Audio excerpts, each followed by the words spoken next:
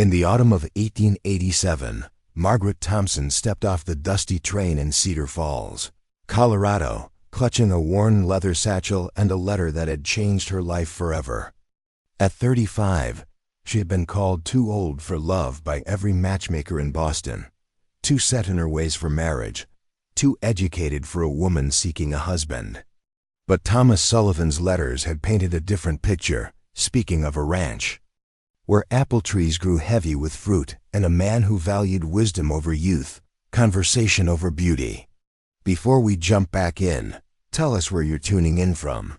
And if this story touches you, make sure you're subscribed, because tomorrow, I've saved something extra special for you. What Margaret couldn't have known as she searched the platform for her intended groom was that she would find not the young rancher who had courted her through careful penmanship, but his silver-haired father standing beside a simple pine coffin, his eyes holding both grief and an unexpected tenderness that would change everything she thought she knew about love and second chances.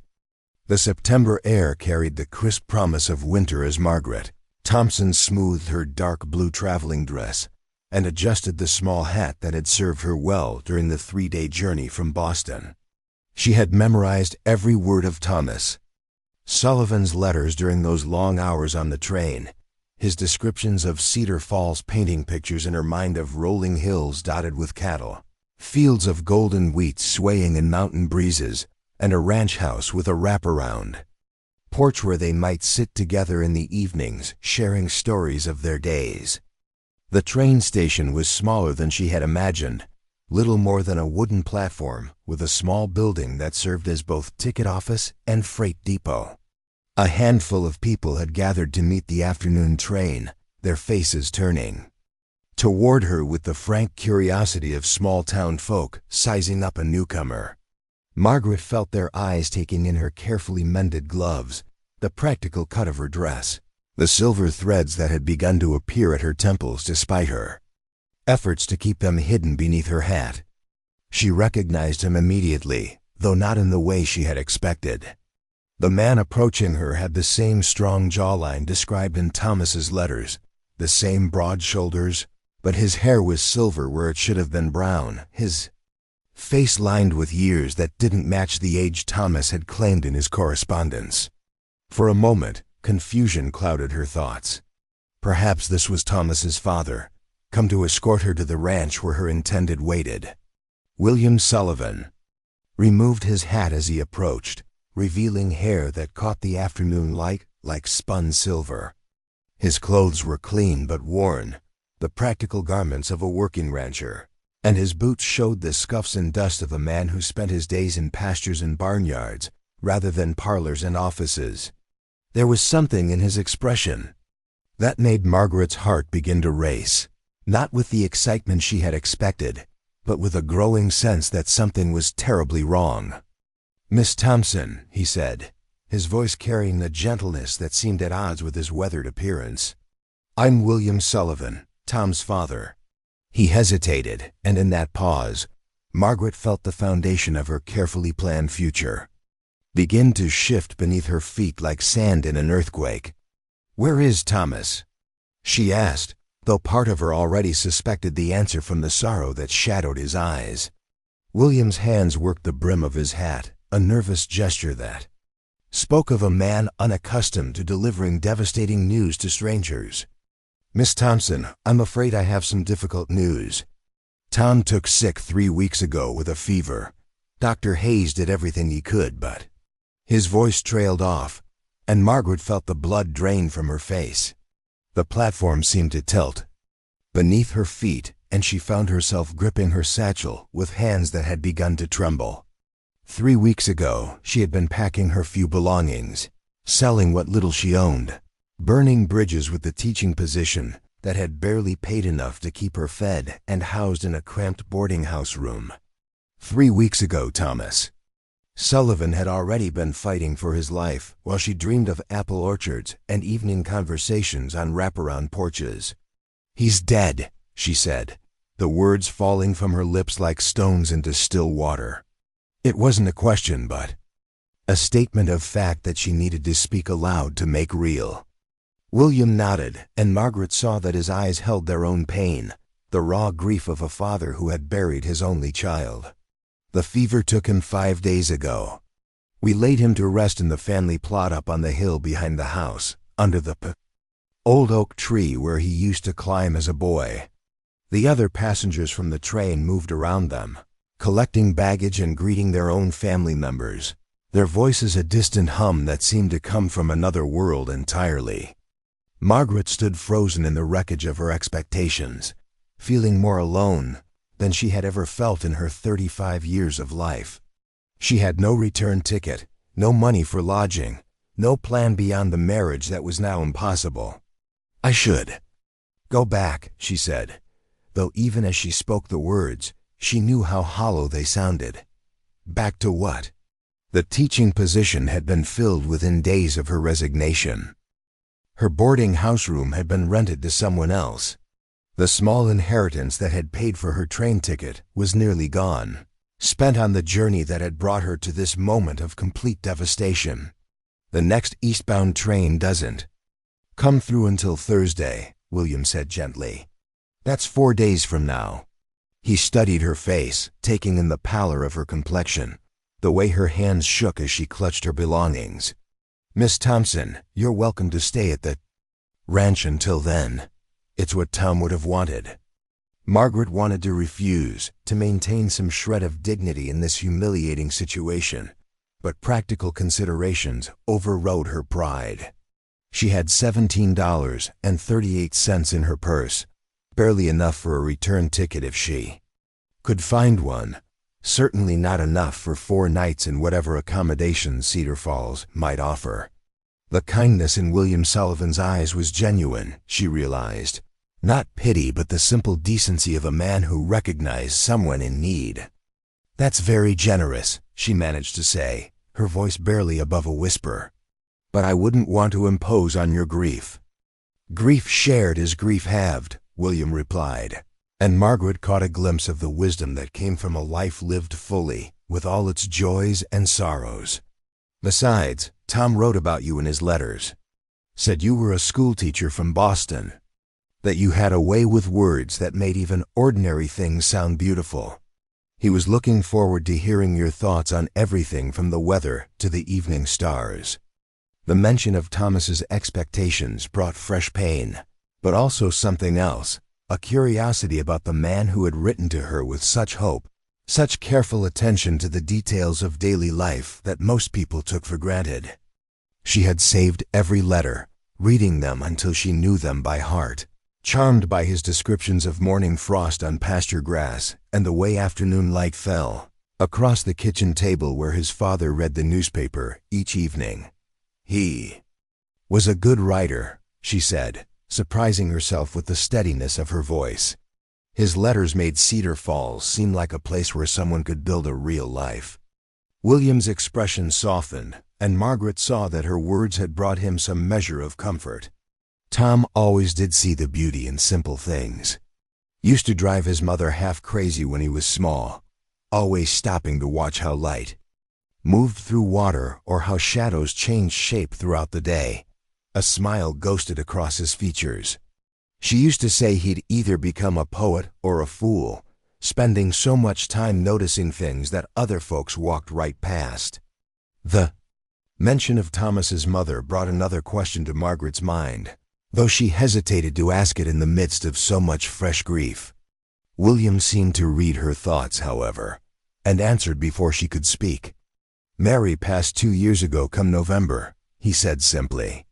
"Consumption took her, though she fought it longer than anyone expected. Tom took care of her through those last months, barely left her side.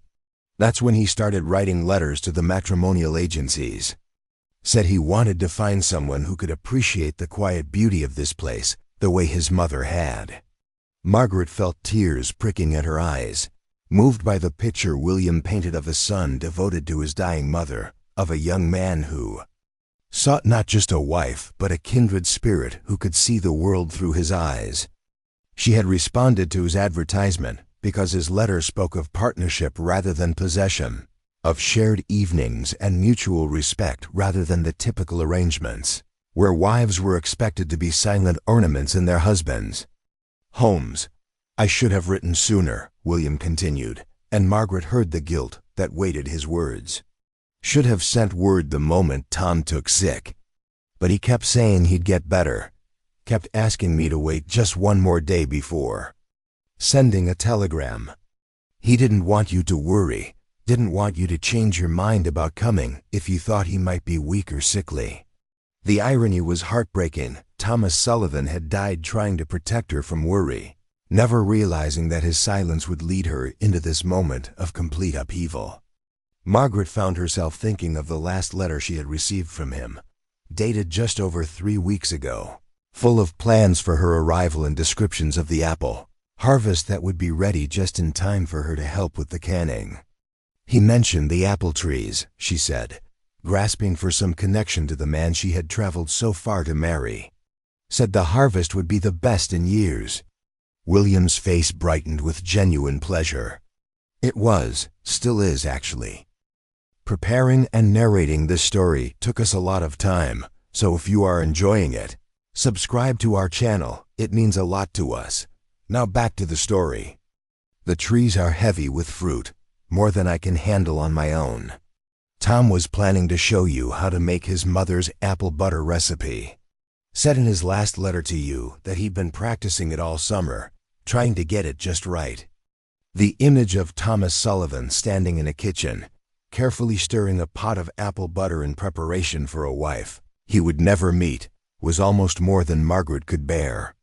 She turned away slightly, not wanting this kind man to see the tears that threatened to spill down her cheeks.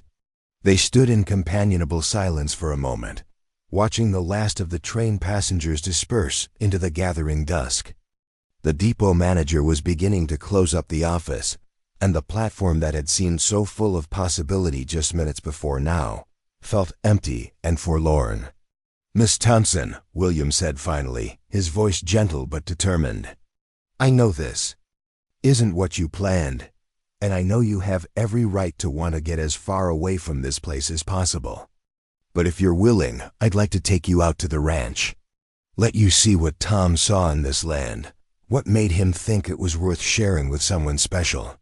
Margaret looked at this silver-haired man who was offering kindness in the midst of his own grief and felt something shift inside her chest. Not hope exactly, but a willingness to postpone despair for a few more days. She had come this far on faith and determination. Perhaps she could manage 4 more days of the same. "All right," she said, adjusting her grip on her satchel. "I'd like that." William's smile was the first genuinely warm thing Margaret had encountered since stepping off the train. He gestured toward a wagon hitched to 2 sturdy horses, the kind of practical conveyance that spoke of a working ranch rather than the fancy carriages she had occasionally seen in Boston. "It's about a 20-minute ride to the house," he said, taking her satchel and helping her up onto the wagon seat. Tom always said the best time to see the ranch for the first time was just before sunset, when the mountains catch fire and the whole valley looks like it's been painted in gold. As they pulled away from the depot, Margaret found herself looking back at the small building where her life had changed so completely in the space of a few minutes. Tomorrow would bring new challenges, new decisions about what to do with a future that no longer held any of the certainty she had counted on. But for now, she was content to sit beside this grieving father and watch the Colorado landscape unfold around them like a promise that even broken dreams might contain unexpected possibilities. The road to the Sullivan Ranch wound through countryside that gradually fulfilled every description Thomas had written in his letters. Rolling pastures dotted with cattle stretched toward mountains that rose like purple sentinels against the darkening sky. Apple orchards heavy with fruit-lined portions of the road, their branches bent low under the weight of the harvest Thomas had been so eager to share. "Those are our trees," William said, noting the direction of her gaze. "Tom planted most of them himself over the past 10 years. Said he wanted to build something that would last, something that would feed families for generations to come." Margaret could see the care that had gone into the orchard, The careful spacing of the trees, the evidence of regular pruning and tending. It spoke of a man who thought beyond his own immediate needs, who planned for a future that might include children, climbing among the branches, and grandchildren picking fruit from trees their grandfather had planted with his own hands. The ranch house came into view as they crested a small hill, and Margaret caught her breath at the sight. It was exactly as Thomas had described it, a modest but well-built structure with the promised wraparound porch, painted white with green shutters. Smoke rising from the chimney into the twilight air. Gardens flanked the front of the house, where the last flowers of summer still bloomed despite the cooling nights. "Mary planted those gardens," William said, following her gaze. "Tom kept them going after she passed. Said a house wasn't really a home without flowers to welcome folks properly." As they drew closer, Margaret could see other buildings scattered around the property, a barn, a chicken coop, a small structure that might have been a workshop or tool shed. Everything was neat and well-maintained, speaking of the kind of attention to detail that created homes rather than just houses. William pulled the wagon up to the front porch and set the brake before climbing down and coming around to help Margaret to the ground. The evening air was crisp and clean, carrying scents she had never encountered in Boston pine from the distant mountains, the sweet smell of ripening apples, wood smoke from the chimney, and underneath it all, the indefinable scent of wide, open spaces that seemed to promise room for hearts to expand and dreams to take root. "Come inside," William said, retrieving her satchel from the wagon bed. "I'll put some coffee on, and you can see the kitchen where Tom was practicing that apple butter recipe." The inside of the house was as welcoming as the exterior had promised. Margaret found herself in a front parlor furnished with comfortable chairs and a sofa arranged around a stone fireplace, where a small fire crackled cheerfully against the evening chill.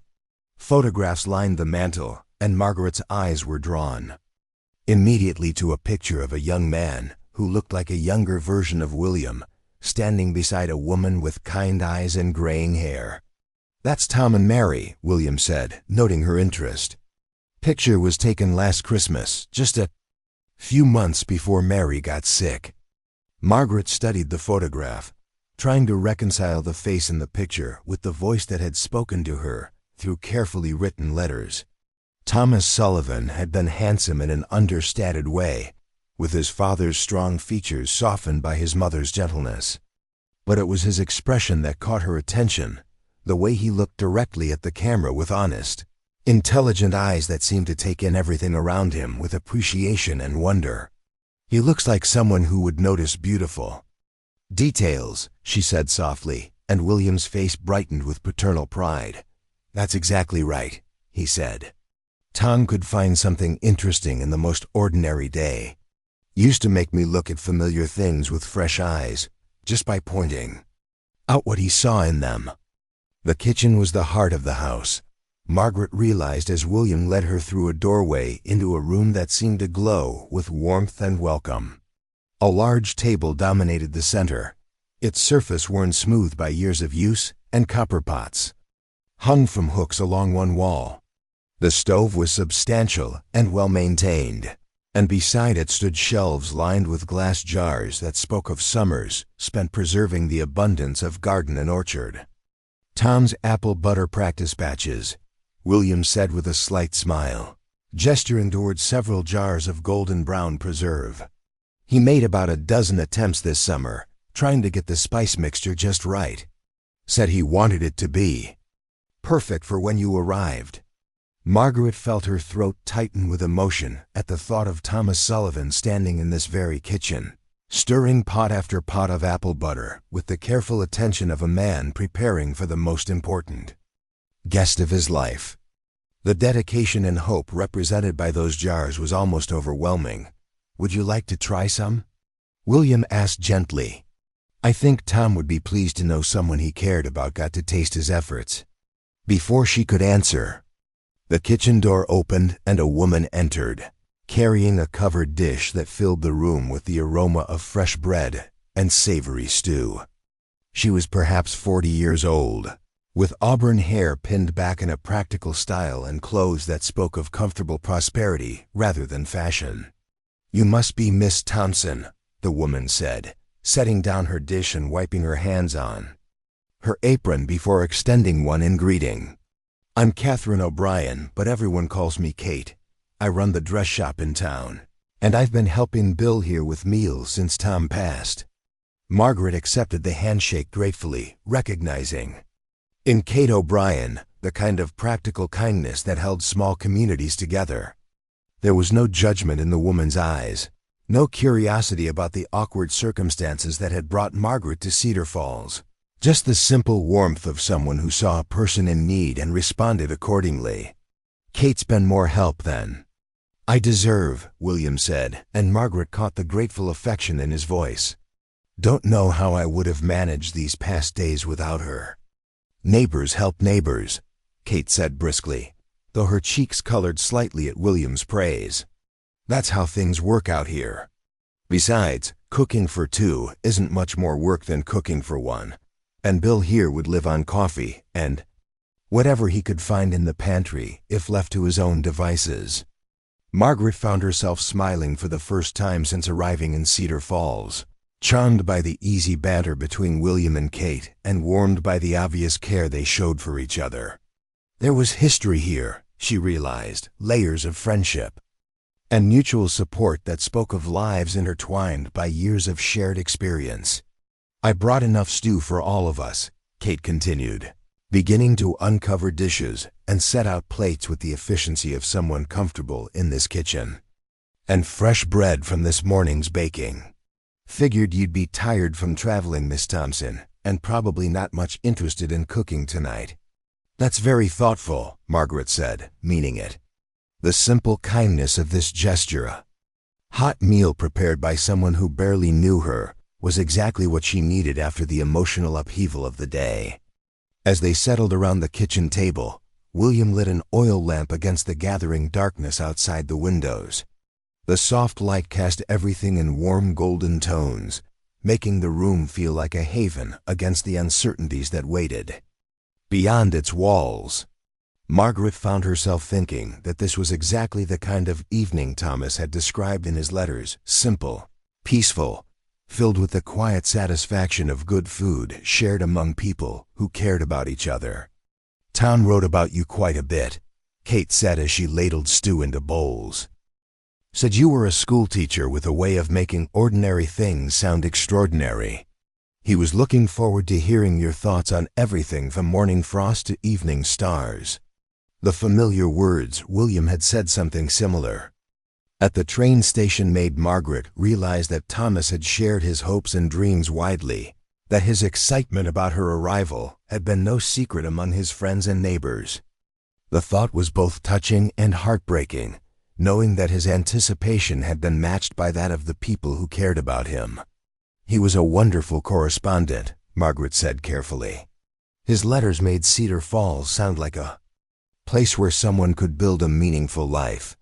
"It is that," Kate said firmly, "for folks who appreciate what this land has to offer. Clean air, honest work, neighbors who show up when you need them. Not much excitement by city standards. Maybe, but plenty of room for the kind of life that matters." Margaret tasted the stew and found it excellent, rich with vegetables and tender meat, seasoned with herbs that must have come from the garden she had seen beside the house. It was exactly the kind of substantial, satisfying meal that would sustain someone through long days of physical work, the kind of cooking that turned a house into a home. "Kate grows most of the herbs herself," William said, noting Margaret's appreciation. "Has a garden behind her shop that's the envy of every woman in town. Tom used to say she could make anything grow, even in the middle of winter." "Plants respond to attention," Kate replied with a slight smile. "Same as people, when you think about it. Give them what they need and treat them with respect, and they'll thrive. Neglect them or expect them to survive on their own without any care, and they'll wither away no matter how much potential they started with." Margaret caught the subtle wisdom in Kate's words, the way she seemed to be speaking about more than just gardening. There was something in the woman's expression that suggested she understood about starting over, about finding ways to bloom even when transplanted to unfamiliar soil. Tom mentioned in one of his letters that he was hoping to expand the apple orchard, Margaret said, searching for safe conversational ground. Said he wanted to try some varieties that might do well at this altitude. William's face lit up with enthusiasm. He'd been researching different apple varieties for months, writing to agricultural colleges and talking to other growers. Had plans to plant 20 new trees this spring, varieties that would ripen at different times, so we'd have fresh apples from July through October. The future tense caught them all, hanging in the air like a reminder of dreams that would now remain unrealized. Margaret saw the moment when William remembered that there would be no spring planting, no new varieties of apples, no expansion of the orchard that had been Thomas's pride and joy. "Those plans don't have to die with Tom," Kate said gently. Her words directed more at William than at Margaret. "The research is all there in his journals. The orchard could still grow, could still become what he envisioned." William stared into his coffee cup, and Margaret could see him wrestling with emotions too complex for easy expression. Grief, certainly, but also guilt at the thought of moving forward with plans that had been his son's dreams rather than his own. "I'm not sure I have the energy for new projects," he said finally. "Keeping up with what we've got is challenge enough for one man." "You're not just one man," Kate pointed out firmly. "You've got neighbors, friends, people who cared about Tom and want to see his dreams honored. Besides," she added with a meaningful glance at Margaret, "sometimes the best way to heal from loss is to focus on growth and renewal." Margaret felt the weight of Kate's gaze and realized that the woman was including her in this conversation for a reason. Not as a visitor passing through, but as someone who might have a stake in the future of the Sullivan Ranch and the legacy Thomas had hoped to build. The thought was overwhelming and strangely comforting at the same time. Margaret had come to Cedar Falls, expecting to step into a life that Thomas Sullivan had envisioned for them both. That specific future was impossible now, but perhaps there were other possibilities, other ways to honor the dreams that had brought her across the country to this kitchen table, where apple butter jars caught the lamplight like liquid gold. Outside the windows, full darkness had settled over the ranch, bringing with it the sounds of evening cattle lowing in distant pastures, the hoot of an owl from the direction of the orchard, the whisper of wind through pine trees that lined the road. It was a peaceful symphony that spoke of land that had been loved and tended, of a place where someone could indeed build a meaningful life, if they were willing to put down roots and invest in tomorrow's promise rather than yesterday's certainties. Margaret woke to the sound of roosters crowing and the unfamiliar sensation of complete silence that followed. In Boston, mornings brought the clatter of horse-drawn carriages on cobblestones, the calls of street vendors, and the general din of a city awakening to commerce and industry. Here at the Sullivan Ranch, dawn arrived with only the gentle sounds of animals stirring and the whisper of wind through apple trees. She had slept in what William had told her was the guest room, though from the feminine touches that remained delicate lace curtains, a small collection of books on the knitstand, a quilt that spoke of countless hours of careful stitching. She suspected it had once belonged to Mary Sullivan. The thought should have made her uncomfortable, sleeping in a dead woman's room while wearing a traveling dress that was meant to become a wedding gown. But instead she found herself oddly comforted by the lingering presence of someone who had clearly loved this place deeply. The books on the knitstand revealed much about Mary Sullivan's character. There were volumes of poetry by Emily Dickinson and Walt Whitman, a well-worn copy of Little Women, and several botanical guides with pressed flowers still marking favorite pages. Margaret found herself wondering if Thomas had inherited his appreciation for life's small beauties from his mother, if his letters describing morning frost and evening stars had been learned at her knee. Dressing in the same blue traveling outfit she had worn yesterday, her only remaining good dress, as her other belongings were limited to practical work clothes unsuitable for meeting potential neighbors, Margaret made her way downstairs following the aroma of coffee and bacon. She found William in the kitchen, standing at the stove with the careful concentration of a man unaccustomed to preparing elaborate meals. "Morning," he said, glancing up with a smile that seemed less burdened than it had the night before. "Hope the roosters didn't wake you too early." Tom always said city folks needed time to adjust to country hours. "They didn't wake me," Margaret replied, accepting the cup of coffee he offered. "I've always been an early riser. Had to be teaching. School. Students arrived at 7 sharp, whether the teacher was ready or not." "Tell me about teaching," William said, setting plates on the table with movements that spoke of recent practice rather than lifelong habit. "Tom mentioned you'd been at it for quite a while. Must have seen a lot of children come and go." Margaret settled at the kitchen table, the same spot she had occupied the night before, and found herself looking toward the window where morning light illuminated the apple orchard. 15 years, she said. "Started when I was 20, fresh out of normal school and convinced I could change the world one child at a time." "And did you? Change the world, I mean?" The question caught her off guard with its genuine interest. Most people, when they bothered to ask about her teaching at all, wanted to know why she had never married, why she had chosen such a solitary profession, why she wasn't content to find a husband and settle into domestic life like other women. Her age. "I changed some small corners of it," she said carefully. "Taught children to read who might not have learned otherwise. Helped a few discover they were capable of more than their circumstances suggested. But mostly," she paused, surprised by her own honesty, "mostly I think they changed me more than I changed them."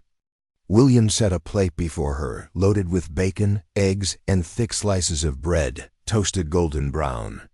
The portions were generous, the kind of breakfast meant to sustain someone through hours of physical labor, and Margaret realized she was genuinely hungry for the first time since leaving Boston.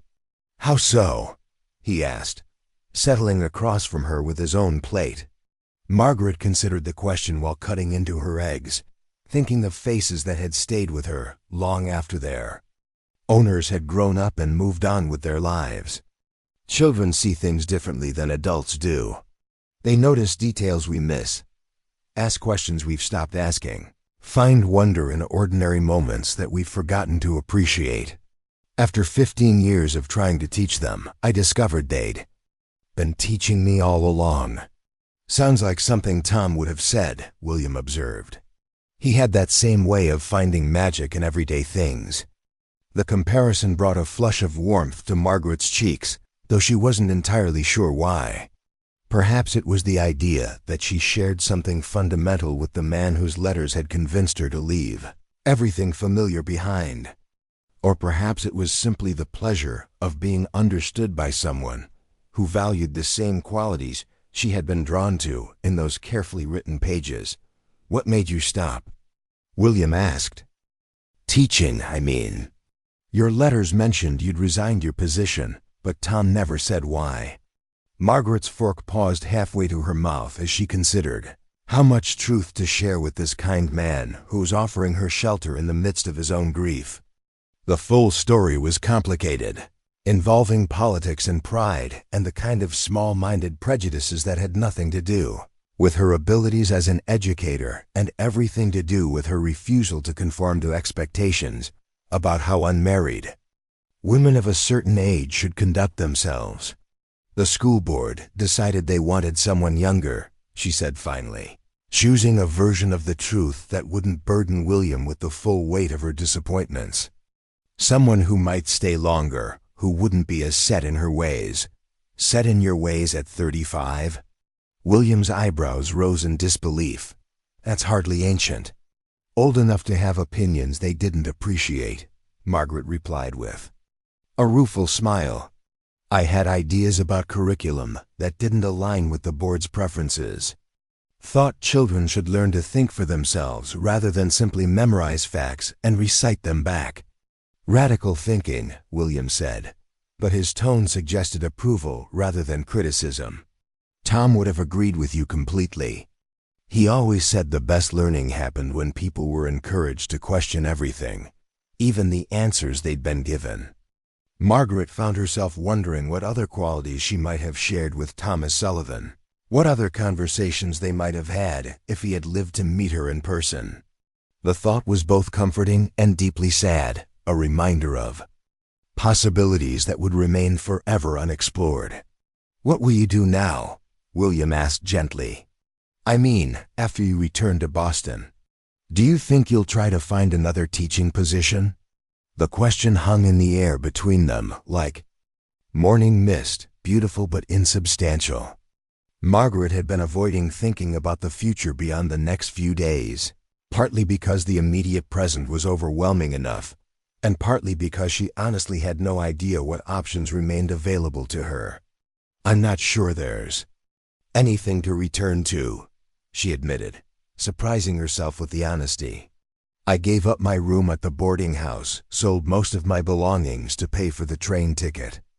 The teaching position is already filled, and even if it weren't, I'm not sure I'd want to go back to a situation where I wasn't valued."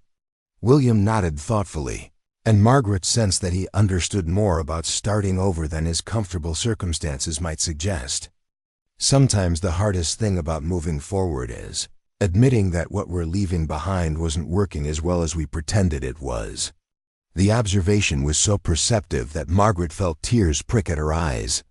She had spent months telling herself that answering Thomas Sullivan's advertisement was about seeking adventure and companionship, but the truth was more complicated than that. She had been slowly suffocating in Boston, trapped in a life that felt too small for the person she was becoming, surrounded by people who saw her as a cautionary tale rather than someone worthy of respect and affection.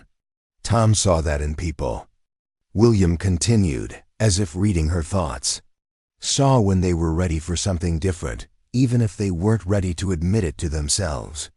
He used to say that the bravest thing a person could do was acknowledge when they'd outgrown their circumstances and be willing to change everything to find where they really belonged.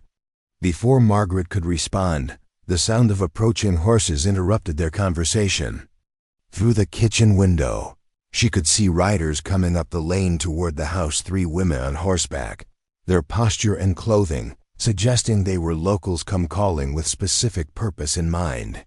"That'll be Eleanor Hartwell and her committee," William said with a slight grimace. "I was wondering when they'd show up." "Committee?" Margaret asked, though something in William's expression suggested she might not want to know the answer. "Eleanor fancies herself the unofficial guardian of Cedar Falls moral standards," William explained, rising to look out the window. "She's probably come to get a look at you and decide whether having an unmarried woman staying at the ranch is appropriate for the community's reputation." Margaret felt her stomach tighten with familiar anxiety. In Boston, she had dealt with similar committees, groups of women who appointed themselves arbiters of proper behavior and spent their time monitoring the activities of anyone who didn't fit neatly into conventional categories.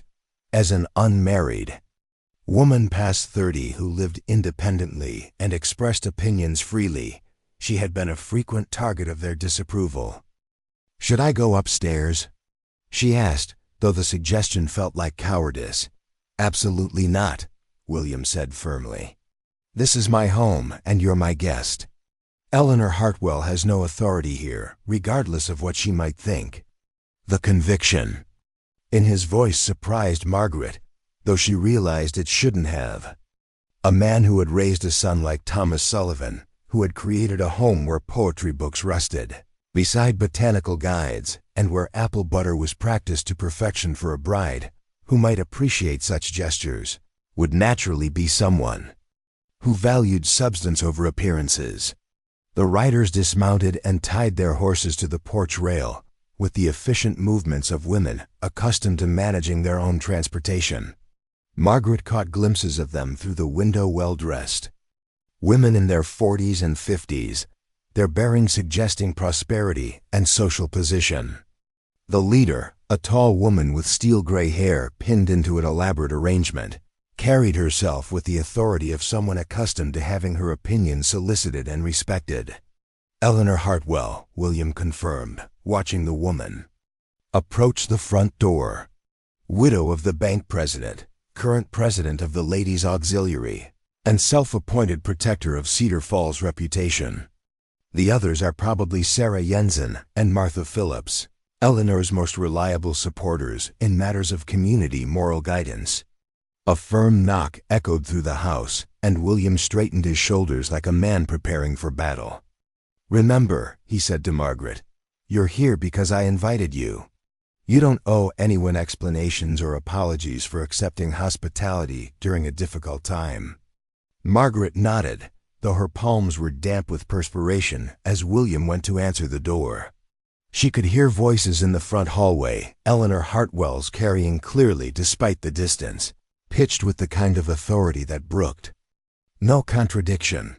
"William Sullivan, we need to speak with you about the situation you've created," Eleanor was saying as footsteps approached the kitchen.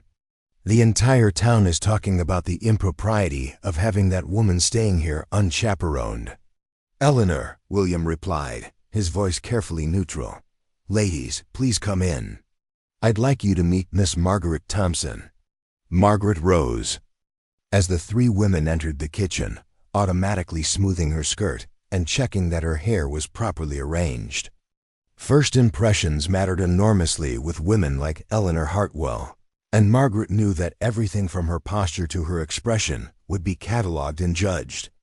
Eleanor Hartwell was even more formidable in person than she had appeared through the window. Tall and angular, with sharp features and pale blue eyes that seemed to take in every detail of her surroundings, she carried herself with the confidence of someone who had never doubted her right to judge others. Her dress was expensive and well-tailored, suitable for calling, but clearly meant to establish her social position. "Miss Thompson," Eleanor said, her tone suggesting she had already formed opinions that were unlikely to be changed by actual acquaintance. "We understand you've suffered a disappointment regarding poor Thomas." "Eleanor," William warned, but the woman continued as if he hadn't spoken. "Of course, the situation is tragic for everyone involved," Eleanor went on. "But surely you can see how inappropriate it is for you to remain here now that the circumstances have changed so dramatically." Margaret felt heat rise in her cheeks, but she kept her voice level when she replied, "I'm grateful for Mr. Sullivan's kindness during a difficult time. I'll be leaving on Thursday's train." "Thursday," Eleanor repeated, as if the word itself was distasteful. "That's 3 more days of impropriety. 3 more days of providing the town with gossip and speculation about what's really happening out here." "What's happening here?" William interjected, his voice taking on an edge that Margaret hadn't heard before, "is that I'm offering hospitality to someone who traveled a long way based on promises my son made. What's happening here is common decency, which I'd hope the Ladies' Auxiliary would recognize and support." Sarah Jensen, a plump woman with kind eyes who had remained silent until now, stepped forward slightly. "Of course we support Christian charity, William, but surely you can understand our concern." "Miss Thompson is a young woman. I'm 35, Margaret said quietly, and the number seemed to hang in the air like an admission of failure. 35, Eleanor repeated, and Margaret could practically see her calculating the implications. Well past the age when most women marry. Which raises questions about why you were seeking a husband through correspondence rather than through more conventional means. The familiar sting of judgment for choices that had been forced on her rather than freely made caused Margaret's chin to lift slightly. She had endured similar inquisitions in Boston, where her unmarried status and independent living situation had made her suspect in the eyes of women who had never had to support themselves or make difficult decisions about their futures. "I was seeking a partner," Margaret replied with quiet dignity. "Someone who valued conversation and companionship as much as conventional domestic arrangements." Thomas Sullivan's letters suggested he was such a person. "Letters can be deceiving," Martha Phillips observed. She was a thin woman with sharp features and a voice that carried the kind of authority that came from years of schooling others in proper behavior. It's easy to present oneself favorably in writing. Much more difficult to maintain such presentations in daily life. Tom's letters were honest, William said firmly. He wrote about ordinary days and simple pleasures because that's what his life contained. He wasn't trying to deceive anyone about who he was or what he could offer. Nevertheless, Eleanor continued, the fact remains that Miss Thompson is now in an untenable position. Staying here without proper supervision reflects poorly not only on her own reputation, but on yours as well, William. People are already beginning to talk. Margaret felt the familiar weight of being discussed as if she weren't present, as if her own thoughts and feelings about the situation were irrelevant to decisions being made about her future. It was the same feeling she had experienced in countless school board meetings, where men had debated her qualifications and suitability, while treating her presence as an inconvenience to be tolerated rather than a perspective to be valued. "What are they saying?"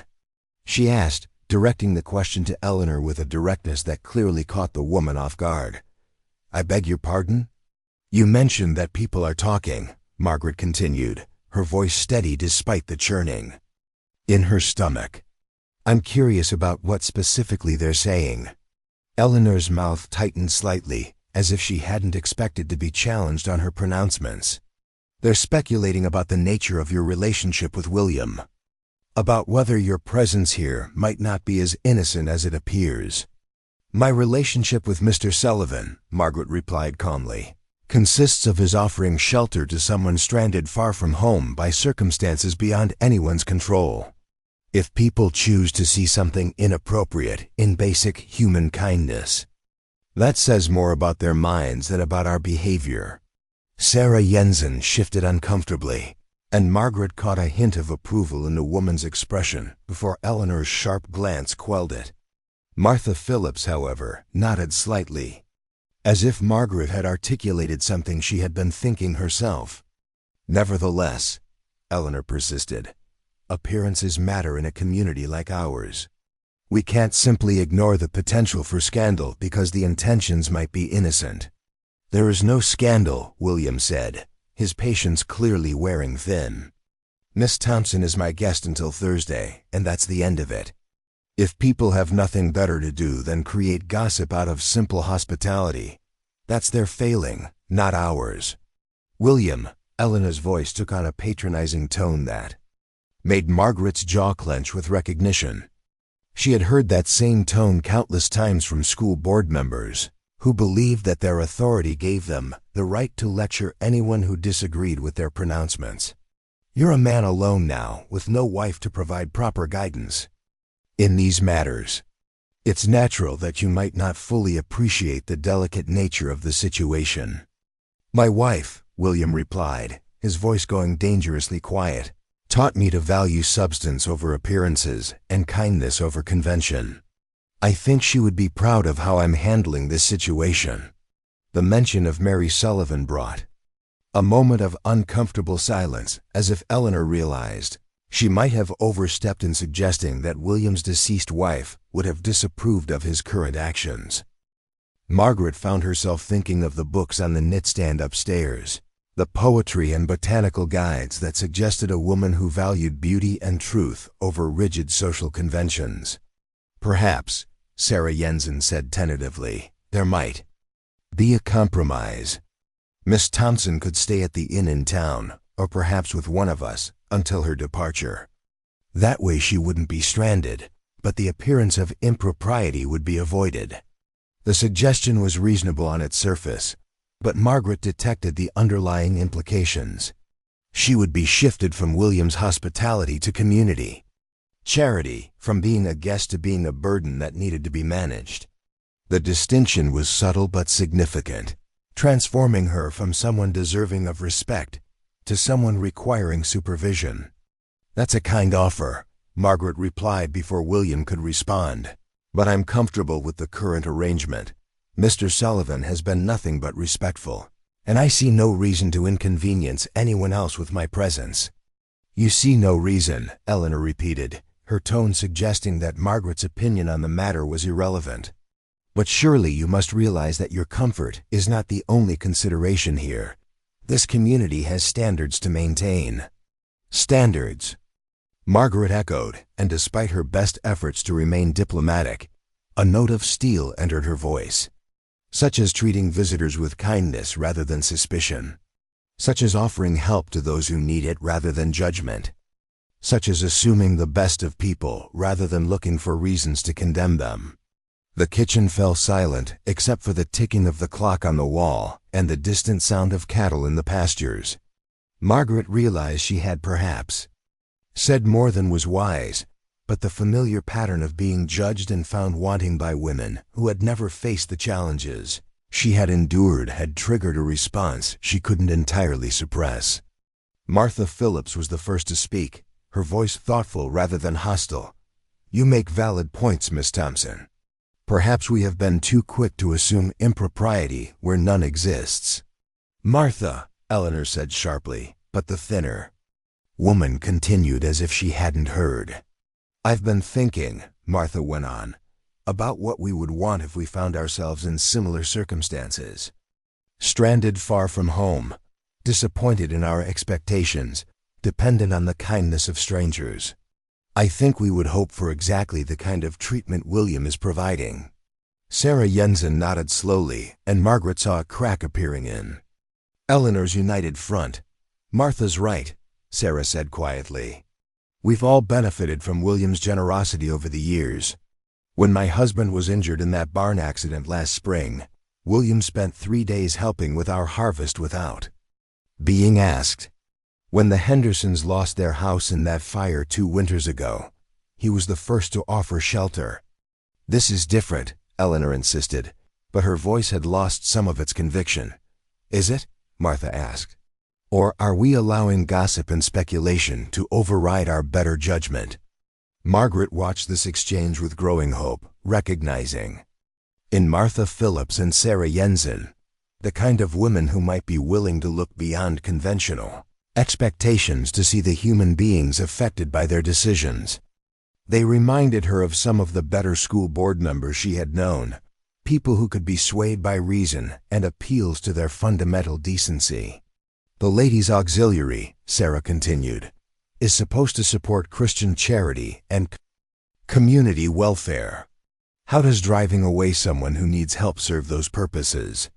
Eleanor's face had taken on the pinched expression of someone unaccustomed to having her authority questioned by her usual supporters. I'm simply trying to protect this community's reputation, she said stiffly. And I'm trying to honor my son's memory, William replied, his voice carrying a weight that seemed to settle over the kitchen like morning fog. Tom brought Miss Thompson here through his letters, through his promises and his hopes for the future. The least I can do is make sure she's treated with the respect he would have shown her. The invocation of Thomas Sullivan's memory changed the atmosphere in the room dramatically. Eleanor's expression softened slightly, as if she too had been fond of the young man whose death had created this complicated situation. Margaret realized that the entire community was still grieving, still trying to figure out how to move forward, without someone who had clearly been valued by many people. Tom was a good boy, Eleanor said finally, her voice gentler than it had been since her arrival. This whole situation is tragic for everyone involved. It is, William agreed. Which is why I'm trying to handle it with the kind of grace Tom would have wanted. He invited Miss Thompson here, believing they could build something meaningful together. That invitation didn't die with him. Margaret felt tears prick at her eyes as she realized what William was really saying. He wasn't just offering her shelter until Thursday's train. He was honoring his son's commitment, treating her as someone worthy of respect and consideration, rather than as an inconvenience to be managed. Perhaps, Martha Phillips said thoughtfully, we've been approaching this from the wrong perspective entirely. Instead of worrying about appearances, we should be asking how we can help Miss Thompson during this difficult time. Help her how? Eleanor asked, though her tone suggested genuine curiosity rather than skepticism. "She's a teacher," Sarah Jensen observed. "Our school could probably use additional assistance, especially with the younger children who are struggling with their letters." Margaret's head came up sharply at this unexpected suggestion. She hadn't considered the possibility that Cedar Falls might have educational needs she could help address, hadn't thought beyond the immediate crisis of being stranded to consider what opportunities might exist in this small community. "Our current teacher, Miss Whitmore, has been overwhelmed with the size of her classes," Martha added. 43 students ranging from 6 to 16 years old, all in one room. "She's been asking the school board for help for months." "That's true," Sarah agreed. "And Miss Thompson has 15 years of experience. She might have ideas about how to manage such a challenging situation." Margaret found herself leaning forward slightly, her interest captured despite the awkwardness of the circumstances. "What subjects are the children struggling with most?" she asked. "Reading primarily," Martha replied. "Many of the children come from families where English isn't the first language, or where the parents never learned to read themselves. Miss Whitmore is doing her best, but she's fresh out of normal school and doesn't have experience with such diverse needs." "Diverse needs require diverse approaches," Margaret said, warming to the subject despite herself. "Children learn differently, and what works for one might not work for another. The key is finding multiple ways to present the same concepts until each child finds the method that makes sense to them." William was watching this exchange with growing interest, and Margaret caught something in his expression that reminded her of Thomas's letters, the same appreciation for finding unexpected possibilities in ordinary situations. "You see," Martha said to Eleanor, "Miss Thompson isn't a problem to be managed. She's a resource we should be grateful to have access to, even temporarily." Eleanor's expression remained skeptical, but Margaret could see her calculating the political implications of the suggestion. If the community's educational needs could be addressed while also resolving the social complications of Margaret's presence, it might be a solution that served everyone's interests. The school board would have to approve any such arrangement, Eleanor said slowly. And there would need to be proper supervision, proper living arrangements. "I could stay at the inn," Margaret offered, though the prospect of leaving the Sullivan Ranch filled her with unexpected reluctance. "If the community feels that would be more appropriate." "The inn's expensive," William said quietly. "More than a teacher's wages would cover, I'd imagine." "There are other possibilities," Sarah Jensen suggested. "Mrs. Patterson has been looking for a boarder since her husband passed. She has that nice room above the bakery, and she could use the company as much as the income." Margaret felt something shift inside her chest, a flutter of possibility that she hadn't experienced since receiving Thomas Sullivan's first letter. The idea of staying in Cedar Falls, of contributing something meaningful to this community that had already shown her both kindness and challenge, was appealing in ways she hadn't anticipated. "Of course," she said carefully, "any such arrangement would depend on the school board's needs and whether my qualifications meet their standards." "Your qualifications," Martha Phillips said firmly, "are exactly what we need. 15 years of experience, training in diverse teaching methods, and patience with challenging students. Miss Whitmore is a sweet girl, but she's struggling with the practical realities of frontier education." Eleanor was quiet for a long moment, and Margaret could practically see her weighing the various factors involved in this unexpected development. Political considerations, social proprieties, community needs, and personal preferences all seemed to be battling for supremacy in the older woman's mind. "I suppose," Eleanor said finally, "it might be worth discussing with the other board members. If Miss Thompson is truly qualified, and if proper arrangements could be made for her housing and supervision, it might indeed serve the community's interests." The careful phrasing suggested that Eleanor was still reserving the right to disapprove. If the details didn't meet her standards, but Margaret detected a genuine willingness to consider the possibility. It was more than she had dared hope for when the three women had first arrived with their obvious disapproval. "I would need to know more about the specific challenges the school is facing," Margaret said, falling back on the professional demeanor that had served her well in countless difficult situations. Class size, available materials, the range of ages and abilities among the students, the parents' expectations and involvement. All reasonable questions, Martha agreed. "Perhaps you could visit the school, meet Miss Whitmore, observe the classes to get a sense of what would be most helpful." "That would be very helpful," Margaret replied, surprised by how genuine her enthusiasm felt. After months of feeling useless and unwanted in Boston, the prospect of being needed again, of having skills that could make a real difference in children's lives, was invigorating. "Well," Eleanor said, rising from her chair with the air of someone who had accomplished what she came to do, even if not in the way she had originally intended, "I suppose we should let you get on with your day. There's clearly much to consider and discuss." The other women rose as well, and Margaret found herself wondering if this unexpected development might actually provide a solution that satisfied everyone involved. She could contribute something valuable to the community, support herself independently, and avoid the social complications that her continued presence at the Sullivan Ranch might create. "Thank you for coming," William said, though his tone suggested he was relieved to see them preparing to leave. "And thank you for considering alternatives that might benefit everyone involved."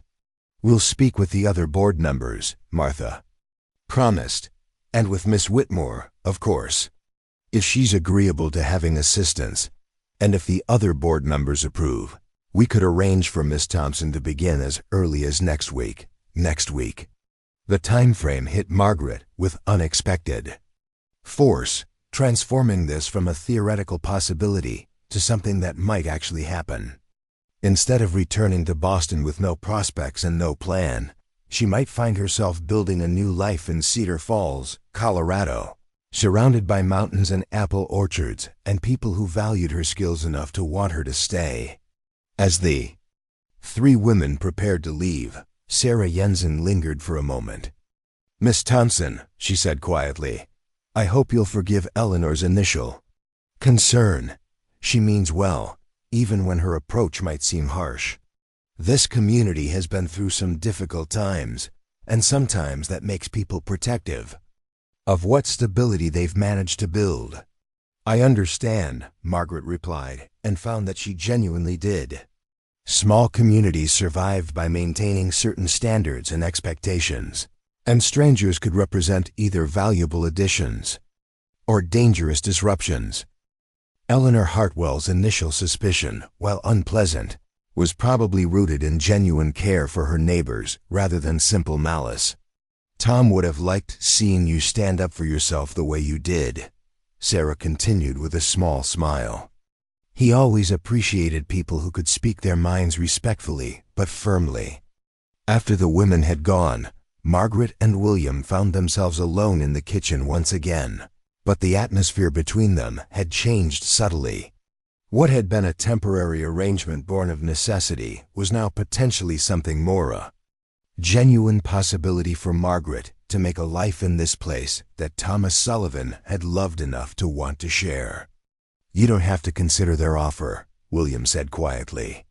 "If you'd rather return to Boston, if this all feels like too much upheaval, no one would blame you for wanting to get back to familiar territory." Margaret looked around the kitchen, where she had already shared 2 meals, where Thomas Sullivan had practiced making apple butter in preparation for her arrival, where morning light streamed through windows that overlooked orchards heavy with fruit. It didn't feel like familiar territory, but it didn't feel entirely foreign either. "What do you think?" she asked.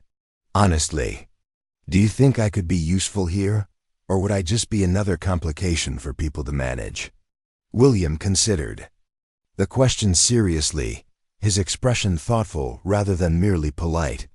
"I think," he said finally, "that any community would be lucky to have someone with your experience and dedication. And I think Tom would be pleased to know that his letters brought someone here who might decide to stay and contribute to the place he loved. The answer wasn't quite what Margaret had expected, but it was exactly what she needed to hear. Not an assurance that everything would be easy, not a promise that she would definitely be accepted, but an honest assessment that her skills had value, and that her presence might be welcomed rather than merely tolerated. "Then I think," she said, surprising herself with the certainty in her voice, "I'd like to visit the school and see what I might be able to offer." The schoolhouse stood at the edge of Cedar Falls like a wooden sentinel, its white clapboard walls gleaming in the afternoon sun and its bell tower reaching toward the endless Colorado sky. Margaret approached it on foot, having insisted on walking from the Sullivan ranch despite William's offer to drive her in the wagon.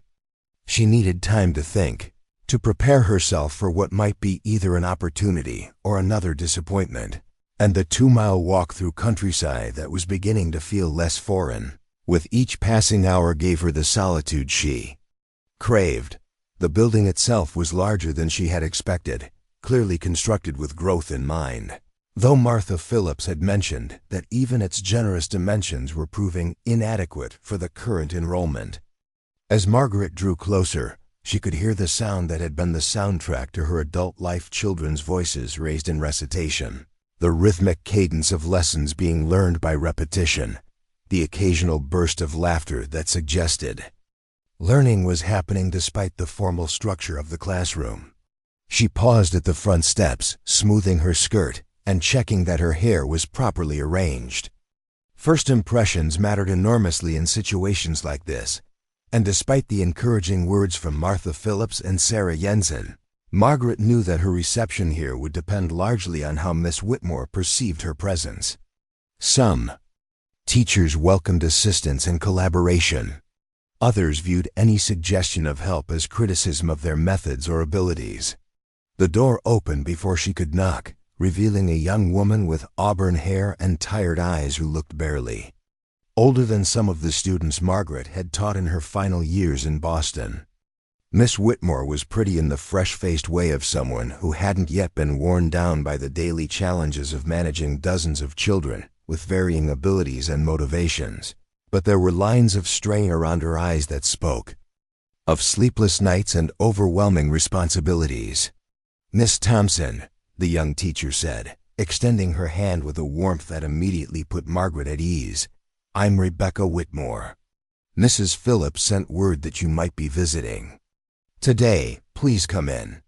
Margaret followed Rebecca into the schoolhouse and immediately felt the familiar sense of coming home that had always accompanied her entry into educational spaces.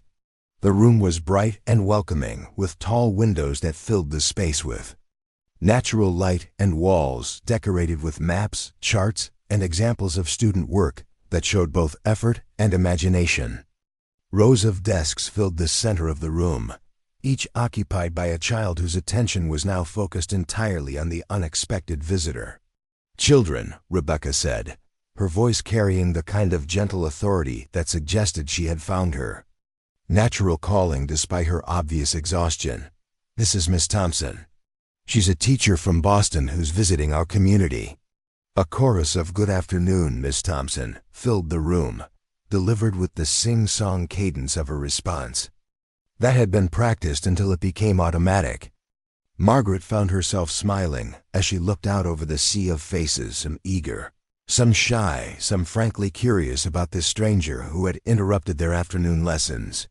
"Good afternoon," Margaret replied, her own voice falling naturally into the warm but authoritative tone she had developed over 15 years of addressing similar groups. "I'm very pleased to meet all of you." Rebecca gestured toward a chair near her desk, and Margaret settled herself where she could observe both the teacher and the students without becoming a distraction. What she saw in the next hour was both impressive and heartbreaking, a dedicated young woman doing her absolute best with resources and support that were clearly inadequate for the challenges she faced.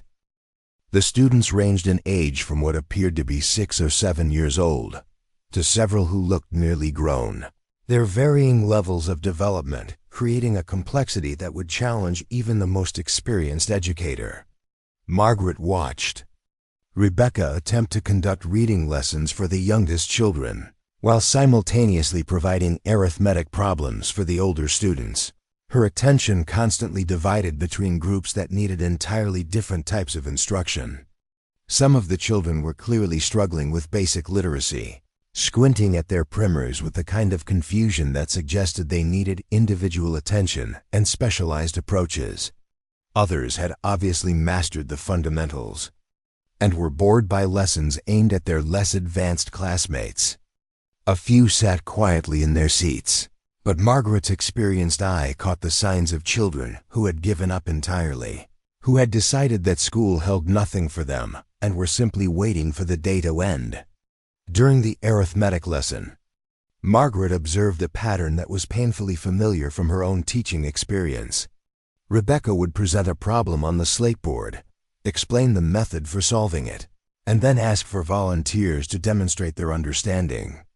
The same handful of students raised their hands every time, while the majority sat silently, either because they didn't understand the concept or because they had learned that volunteering often led to embarrassment rather than encouragement. What struck Margaret most forcefully was not Rebecca's inexperience, but her genuine care for her students. Despite the overwhelming nature of her situation, the young teacher's interactions with the children were patient and kind, and it was clear that she had worked hard to create an environment where learning could happen even under difficult circumstances. When the final bell rang and the children began their afternoon exodus, Margaret remained seated while Rebecca moved around the room, straightening desks and collecting the slateboards that served as individual writing surfaces. The young teacher's shoulders sagged with exhaustion once the children were gone, and Margaret felt a familiar pang of sympathy for someone facing challenges that were too large for one person to handle alone. "They're wonderful children," Margaret said, breaking the silence that had settled over the empty classroom. "They are," Rebecca agreed, sinking into her chair with a sigh. "Though I sometimes feel like I'm failing them terribly. There's so much they need, and I simply can't provide individual attention to 43 students with such different abilities and backgrounds." 43, Margaret repeated, shaking her head in amazement. "I thought my classes in Boston were challenging." When they reached 25 students, "It wasn't supposed to be this many," Rebecca explained, rubbing her temples as if fighting off a headache. "When I accepted the position, they told me to expect perhaps 30 children. But families keep moving to the area, drawn by the mining opportunities and the available land for farming. Each month seems to bring new families with children who need schooling." Margaret looked around the classroom with fresh eyes, noting details that spoke of creative solutions to impossible problems. Extra desks had been squeezed into every available space, some so close together that the children must barely have room to move. Books were clearly shared among multiple students, and she could see that Rebecca had created additional learning materials by hand, copying lessons and exercises onto paper that showed the wear of constant use. "How do you manage reading instruction with such a wide range of abilities?" Margaret asked, genuinely curious about the strategies Rebecca had developed. "Poorly, I'm afraid," Rebecca replied with rueful honesty. "I try to divide them into groups, but even within those groups, the skill levels vary dramatically. Some of the children arrive knowing their letters, others have never seen a book before. Some come from families where English is spoken at home, others are trying to learn to read in a language they're still learning to speak." The challenges Rebecca described were familiar to Margaret from her own experience, though she had never faced them on such a scale. In Boston, she had worked with immigrant children whose families spoke Italian, Irish, Gaelic, or German at home, and she had developed techniques for helping them bridge the gap between their native languages and English. "Literacy. Have you tried using their native languages as a bridge to English?" Margaret asked. Sometimes children learn concepts more easily when they're first presented in the language they understand best, then transferred to English once the underlying ideas are clear. Rebecca's eyes lit up with interest. I've thought about that. But I don't speak German or Spanish or any of the other languages the children bring from home. How would I implement such an approach?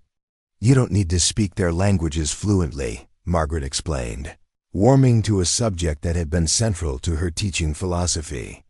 You need to understand how languages relate to each other, how concepts translate across linguistic boundaries, and you need to involve the community, parents, older siblings, anyone who can serve as a bridge between home and school. The parents, Rebecca said slowly, most of them want to help, but many feel intimidated by the school environment. They worry that their English isn't good enough, or that they don't understand American educational methods well enough to contribute. Margaret nodded, remembering similar situations from her own experience.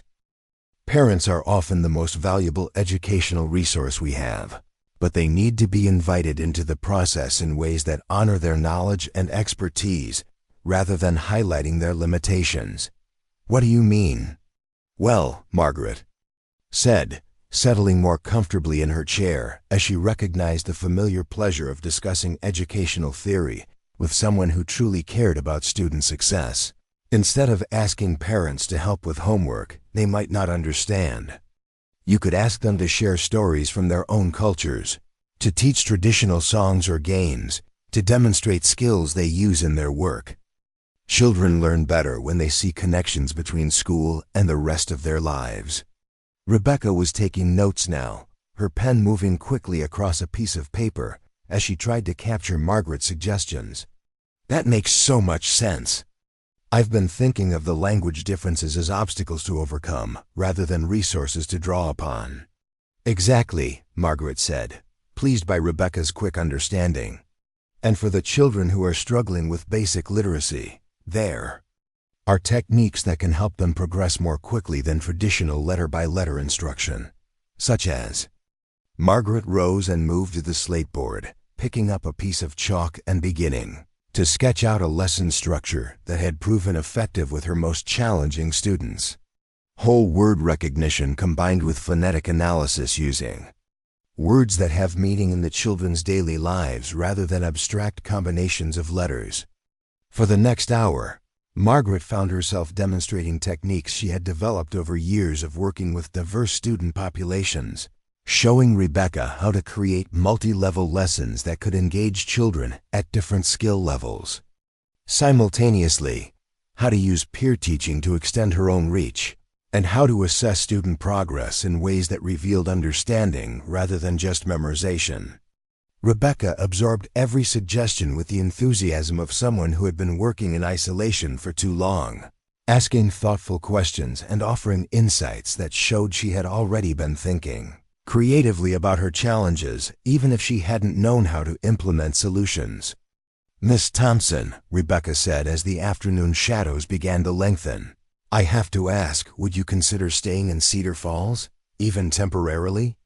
I realize it's presumptuous of me to make such a suggestion, but I've learned more about teaching in the past 2 hours than I did in my entire time at normal school. The directness of the question caught Margaret off guard, though she realized she had been hoping for exactly this invitation. The school board would have to approve any such arrangement, she said carefully. The school board, Rebecca replied with a smile, would approve anything that might help me manage this situation more effectively. Mrs. Phillips has been trying to find solutions for months, and Dr. Hayes has been arguing that the community needs to invest more resources in education if we want to continue attracting families to settle here. Dr. Hayes, Dr. Samuel Hayes, our local physician. He's also on the school board, and he has strong opinions about the connection between education and community development. He's been our strongest advocate for expanding educational opportunities. Margaret filed this information away, recognizing that support from a respected community leader, like the local doctor, could be crucial to any arrangement that might be worked out. What would such an arrangement look like practically? She asked. However you'd want it to look, Rebecca said eagerly. You could assist with specific subjects, work with particular groups of students, help develop new curriculum approaches, whatever would be most helpful and most interesting to you. The flexibility Rebecca offered was appealing, but Margaret had learned to be cautious about positions that weren't clearly defined. And compensation? That would have to be negotiated with the board, Rebecca admitted. But I know they've budgeted for additional educational support. Mrs. Phillips mentioned that they've been considering hiring an assistant teacher anyway, given the enrollment growth. Margaret felt a flutter of excitement at the possibility, but also a familiar caution born of experience with promises that sometimes evaporated when practical details were discussed. Still, the genuine need she had observed today was undeniable, and the opportunity to make a real difference in children's lives was exactly what she had been missing in her final years in Boston. "I'd like to observe a few more days of classes," she said finally, "to get a better sense of the specific challenges and opportunities. And I'd want to meet with the school board to discuss expectations and arrangements clearly before making any commitments." "Of course," Rebecca agreed immediately. "That's completely reasonable. In fact, Dr. Hayes is planning to visit tomorrow afternoon to observe classes himself. It would be perfect timing for you to meet him and get a sense of the board's priorities." As they walked together toward the school's entrance, Margaret found herself looking back at the classroom where she had just spent one of the most professionally satisfying afternoons she had experienced in months. The challenges were significant, but they were the kind of challenges that called forth creativity and innovation rather than simply endurance. "Miss Thompson," Rebecca said as they reached the door, "I hope I'm not being too forward, but I have to say, watching you work with the concepts we discussed today, seeing how you think about education and student needs, it reminded me why I wanted to become a teacher in the first place." The comment touched Margaret more deeply than she had expected. "Teaching," she replied, "is about helping people discover what they're capable of achieving. That includes teachers as well as students." They parted ways at the schoolhouse steps, Rebecca heading toward her boarding house in town and Margaret beginning the walk back to the Sullivan Ranch. The afternoon air was crisp and clear, carrying scents of pine and apple blossoms that were becoming familiar rather than foreign. As she walked, Margaret found herself thinking not about the life she had left behind in Boston, but about the life she might be able to build here in Cedar Falls. The possibility was both thrilling and terrifying. She had spent months telling herself that answering Thomas Sullivan's advertisement was about seeking companionship and partnership, but her afternoon at the schoolhouse had reminded her that what she truly craved was purpose, the sense that her skills and experience had value, that her presence in the world made a positive difference. The Sullivan Ranch came into view as she crested the hill that marked the halfway point of her walk, and Margaret was surprised by the sense of homecoming she felt at the sight of the white house with its green shutters and wraparound porch. Smoke rose from the chimney, and she could see William moving around in the apple orchard, checking the trees that would soon be ready for harvest. He looked up as she approached, his face brightening with the kind of genuine welcome that suggested her absence had been noticed and her return was appreciated.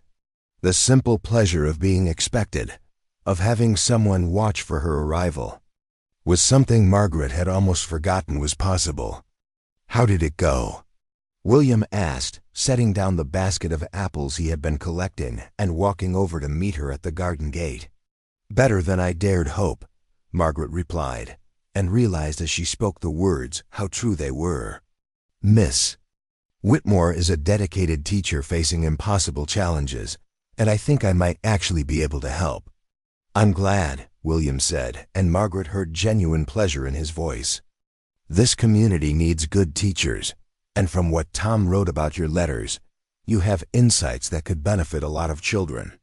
As they walked together toward the house, Margaret found herself wondering what Thomas Sullivan would have thought about this unexpected development.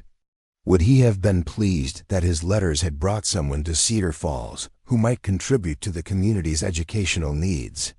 Would he have approved of his father's kindness to a stranger?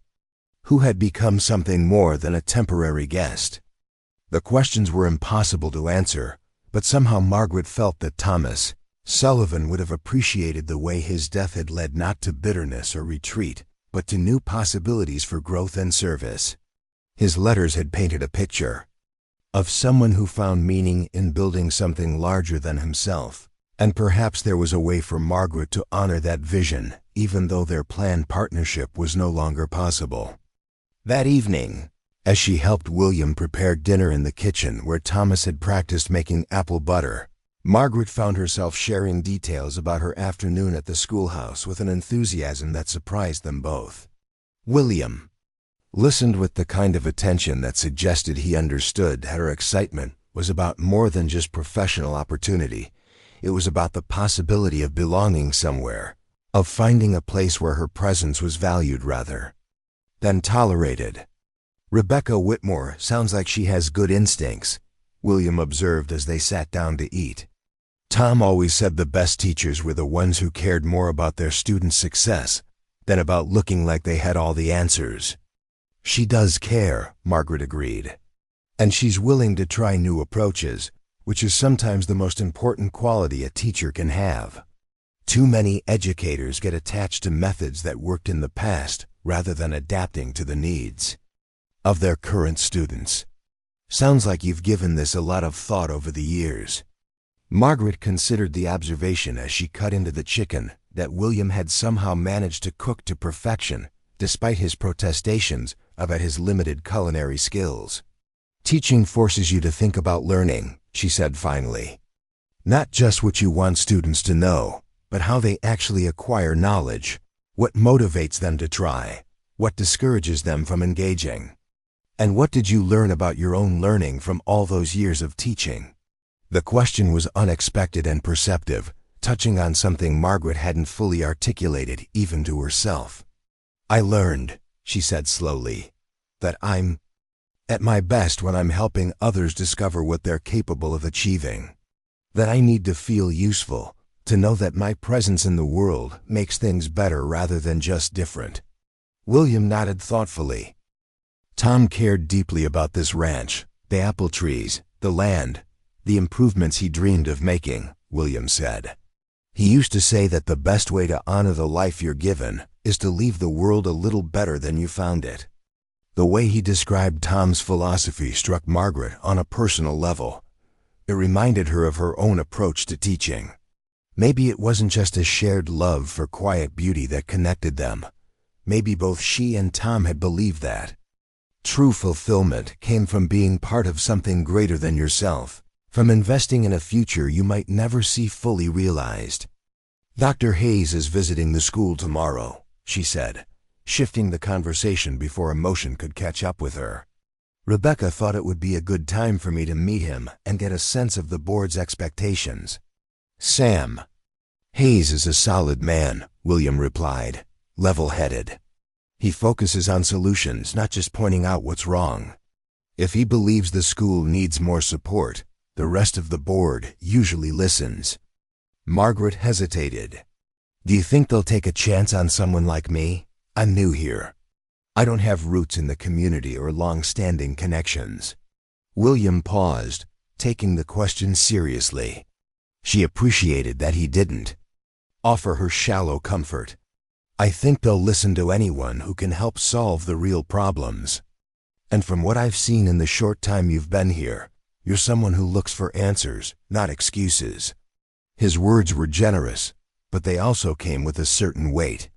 There were expectations buried in that kind of praise expectations. Margaret wasn't entirely sure she was ready to meet. And yet, the idea of starting fresh somewhere she was genuinely needed stirred something hopeful in her. There was nothing left for her in Boston that came close. Later, after dinner, they sat quietly on the front porch, watching the sky slowly fade to twilight. The mountains rose like watchful guardians around the valley, and as the stars began to appear, Margaret found her thoughts drifting to the letters Tom Sullivan had written, the life he had envisioned. A life built not on luxury, but on shared purpose, respect, and connection to the land. That specific future was no longer possible. But perhaps the values behind it, community, contribution, a sense of rootedness, were still within reach. "William," she said softly, as the last light slipped behind the horizon, "I want you to know how much I appreciate your kindness. During a time when you're facing your own loss, you welcomed a stranger without hesitation. Whatever comes next for me, I won't forget that. It's what Tom would have done," he said. "And Mary, too. This house has always been a place where people could come when they had nowhere else to go." Her mind returned to the guest room she was staying in, the books, the carefully arranged tokens of Mary's life, the warmth that still lingered. In the space, it felt like more than hospitality. It felt like a continuation of something meaningful. A legacy. "Thank you," she whispered, and the words carried more than just politeness. They held all the emotion she didn't have the strength to speak aloud. Tomorrow would bring another visit to the schoolhouse, another chance to observe, to listen, to begin shaping a new direction. Tomorrow Dr. Hayes would arrive, and with him, the potential for real conversations about her future in Cedar Falls. Nothing was guaranteed. But for now, here on this porch, surrounded by quiet and the scent of apple trees, Margaret felt something she hadn't in years, a sense of belonging. The future was still uncertain, filled with risks and choices she couldn't foresee. But, for the first time since arriving, she didn't feel like she was simply enduring change. She was stepping into it. The mountains loomed against a starlit sky, silent and steady. And beneath their watchful presence, a woman who had come seeking one future was beginning to discover another one she hadn't imagined, wrapped in unexpected grace and quiet hope. The next afternoon, Dr. Samuel Hayes arrived at the schoolhouse. At exactly 2 o'clock, true to his reputation for punctuality and his thorough, methodical nature. Margaret, watching from the back of the room, immediately sensed that this visit was more than routine. He carried himself like a man used to being consulted on matters of importance. In one hand, he held a medical bag. In the other, a worn leather portfolio that spoke of purpose beyond mere curiosity. He was younger than she had expected, perhaps. Mid-40s, with silver threading through dark hair at his temples and sharp eyes that missed very little. His clothing was understated but well-made, the kind worn by someone who moved with ease between examining patients and attending town meetings. When Rebecca introduced him to the students, his demeanor was calm and respectful, the way adults should address children, not talking down to them, but engaging them seriously. "Dr. Hayes," Rebecca said, gesturing toward Margaret by the window, "this is Miss Thompson, the teacher from Boston I mentioned in my letter." Margaret rose as Dr. Hayes approached, extending her hand with the professional confidence she had developed over years of meeting skeptical school board members and cautious parents. His handshake was firm and brief, his assessment of her direct but not unkind. "Miss Thompson," he said, his voice carrying the educated accent of someone who had attended medical school in the East before choosing to practice on the frontier. "Rebecca tells me you've been observing our educational challenges. What are your initial impressions?" The question was clearly a test, an opportunity for Margaret to demonstrate whether she understood the complexities of the situation or would offer superficial observations that revealed inexperience with frontier teaching conditions. She had encountered similar moments countless times in Boston, when administrators wanted to gauge her depth of understanding before deciding whether her opinions merited serious consideration. "The challenges are significant, but not insurmountable," Margaret replied, choosing her words carefully. "Miss Whitmore is managing an extraordinarily complex situation with remarkable skill, but the scale of the student body requires strategies that go beyond traditional single-teacher approaches." Dr. Hayes nodded thoughtfully, and Margaret detected approval in his expression. "Elaborate, please." Margaret glanced toward Rebecca, who was attempting to conduct reading lessons with her youngest students while keeping the older children engaged with arithmetic problems and felt the familiar surge of professional passion that accompanied discussions of educational innovation. The age and ability ranges require differentiated instruction that's simply impossible for one person to provide effectively, she began. But there are techniques for creating peer learning networks, multi-level lesson structures, and community involvement strategies that could address many of the current limitations. You've observed specific examples of these techniques being successful? I've implemented them myself in Boston, working with immigrant populations and students from diverse educational backgrounds. The principles are the same whether you're dealing with children who speak different languages at home or children whose families have different educational traditions. Dr. Hayes opened his portfolio and withdrew a pencil and notepad, beginning to take notes with the same systematic attention he probably applied to patient diagnoses. What specific strategies would you recommend for our situation? For the next 20 minutes, Margaret found herself presenting what amounted to an impromptu proposal for restructuring the school's approach to education.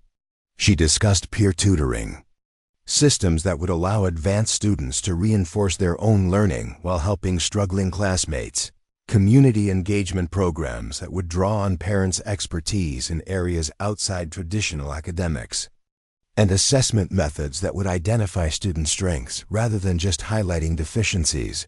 Dr. Hayes listened with the focused attention of someone genuinely interested in solutions, asking pointed questions that revealed his own understanding of educational theory and his familiarity with the specific challenges facing frontier communities.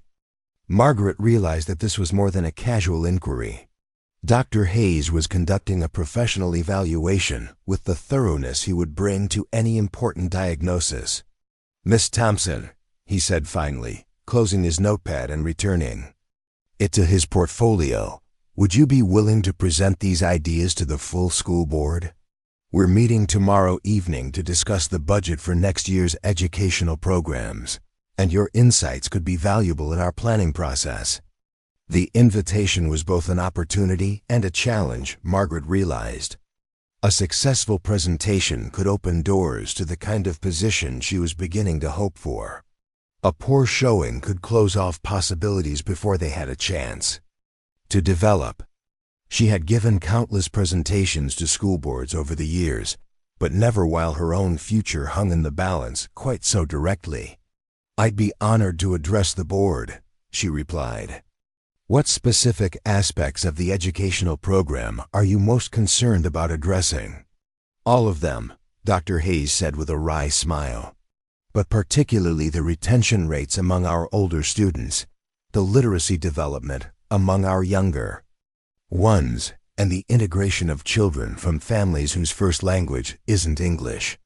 We're also facing pressure to expand our curriculum to include more practical skills that will serve students who won't be continuing their education beyond elementary level."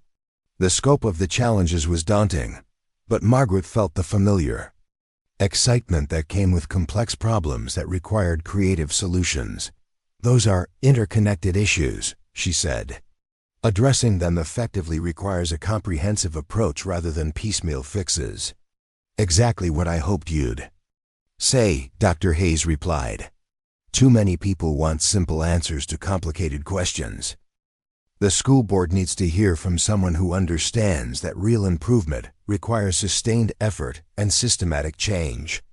As Dr. Hayes prepared to leave, Rebecca approached with a tentative expression that suggested she had something important to discuss but wasn't sure how to broach the subject. "Dr. Hayes," she began, "I've been thinking about the staffing situation, and I wonder if you might consider an arrangement that could benefit everyone involved." "What kind of arrangement?" Rebecca glanced at Margaret before continuing. "Miss Thompson has already demonstrated techniques that could dramatically improve our educational outcomes. If the board were to approve a position for her, even on a trial basis, I believe we could show measurable improvements in student achievement within a single semester." Dr. Hayes turned his attention back to Margaret, his expression thoughtful. "You'd be interested in such a position?" The direct question required an equally direct answer, Margaret realized. This was the moment when polite interest had to give way to genuine commitment or honest admission that the opportunity wasn't right for her circumstances. "I would be very interested," she said, meeting his gaze steadily. "I believe I could make a meaningful contribution to the educational program here, and I'm at a point in my life where I'm looking for exactly this kind of challenge. And you'd be prepared to make a long-term commitment to the community? This isn't the kind of position where we could afford to invest in training and integration only to have someone leave after a few months." The question touched on the heart of Margaret's uncertainty about her own motivations and goals. Was she genuinely interested in building a life in Cedar Falls, or was she simply grateful for any opportunity that would allow her to avoid returning to Boston in defeat? The distinction mattered, both for her own peace of mind and for the fairness of any commitment she might make to the community. "Dr. Hayes," she said carefully, "I came to Cedar Falls expecting to build a new life here. The circumstances have changed dramatically, but my desire to find a place where I can contribute something meaningful hasn't changed. If the community wants what I have to offer, I'm prepared to make whatever commitment the situation requires." Dr. Hayes nodded slowly, and Margaret sensed that her answer had satisfied whatever concerns he might have had about her motivations. "Then I look forward to your presentation tomorrow evening. The board meets at 7 o'clock in the meeting room above Patterson's Bakery. Come prepared to discuss not just what you think should change, but how you propose to implement those changes practically." After Dr. Hayes left, Margaret and Rebecca spent another hour working together with the afternoon students, and Margaret was struck by how naturally they fell into a collaborative teaching rhythm. Rebecca's warm relationship with the children, combined with Margaret's systematic approach to instruction, created an educational environment that was both supportive and challenging, the kind of atmosphere where real learning could flourish. "You see how different this feels?" Rebecca asked as they watched a group of older students helping younger ones with their reading assignments. "When there are two of us, we can actually respond to individual needs instead of just managing the crowd." Margaret did see the difference, and more importantly, she could envision how much more effective their collaboration could become with time to develop coordinated approaches and establish clear expectations. The possibility of creating something genuinely innovative in education, something that could serve as a model for other frontier communities facing similar challenges, was intoxicating. As Margaret walked back to the Sullivan Ranch that afternoon, her mind was already organizing the presentation she would give to the school board. She needed to strike a balance between demonstrating her expertise and showing respect for the work that had already been done, between proposing ambitious improvements and acknowledging practical limitations, between expressing confidence in her abilities and maintaining humility about the challenges ahead. The walk gave her time to think not just about educational strategies, but about the broader implications of the choice she was contemplating. Accepting a position in Cedar Falls would mean committing herself to a community that was still largely unknown to her, to a way of life that would be dramatically different from anything she had experienced in Boston, to relationships and responsibilities that would shape her future in ways she couldn't predict. But it would also mean having work that mattered, colleagues who valued her contributions, and the opportunity to build something lasting rather than simply maintaining existing programs. The prospect was both thrilling and terrifying, the kind of leap into uncertainty that required faith in her own adaptability and in the fundamental decency of the people who were offering her this chance. William was waiting for her on the front porch when she arrived at the ranch, his expression suggesting that news of her afternoon at the schoolhouse had already reached him through whatever informal communication networks kept small communities informed about their members' activities. "I hear Sam Hayes was impressed with your ideas about education," he said as she settled into the chair beside his, accepting the cup of coffee he offered with the automatic hospitality that had become routine over the past Few days, word travels. Fast in a small town, Margaret observed with a smile. Faster than you might expect, William agreed. Sam stopped by on his way back to town. Said the school board meeting tomorrow should be very interesting. The comment carried implications. That made Margaret's stomach flutter with nervousness. Did he say anything specific about what kind of reception I might expect? He said the board has been looking for solutions to the school's problems for months, and that you're the first person who's talked about implementation rather than just identifying issues. He seemed to think that distinction would matter too. People who have to balance idealism with practical budgets. Margaret sipped her coffee and gazed across the apple orchard, where the late afternoon light was painting the heavy-laden trees in shades of gold and amber. The beauty of the scene was almost overwhelming, a reminder of what Thomas Sullivan had wanted to share with someone who could appreciate the subtle magnificence of ordinary moments. "William," she said finally, "can I ask you something that might seem presumptuous? Ask whatever you need to ask. If I were to accept a position here, if I were to decide to stay in Cedar Falls permanently, do you think Tom would approve? Do you think he would be pleased that his letters brought someone here who ended up contributing to the community he loved?" William was quiet for a long moment, and Margaret saw him considering the question with the seriousness it deserved. When he finally spoke, his voice carried the weight of certainty that came from deep knowledge of his son's character. Tom believed that everything happened for a reason, even when the reason wasn't immediately clear, he said. He used to say that the best way to honor unexpected opportunities was to make the most of them, regardless of how they came about. I think he'd be pleased to know that his letters brought someone to Cedar Falls who could help children learn and grow. The answer provided comfort, but also raised another question that Margaret had been avoiding confronting directly. And what about you? How would you feel about having me remain in the community permanently? I know this situation has been awkward for everyone involved. Awkward, maybe, William agreed, but not unwelcome. You've brought something to this house that's been missing since Mary died. The sense that life goes on, that new connections and friendships are possible even after loss. I'd be pleased to have you as a neighbor and friend, regardless of how that relationship came about. The conversation continued as darkness settled over the ranch, covering topics that ranged from practical considerations about housing and transportation, if Margaret were to accept a position in town, to broader questions about community integration, and the challenges of starting over at a place where everyone knew each other's history but hers. William's perspective was invaluable, Margaret realized.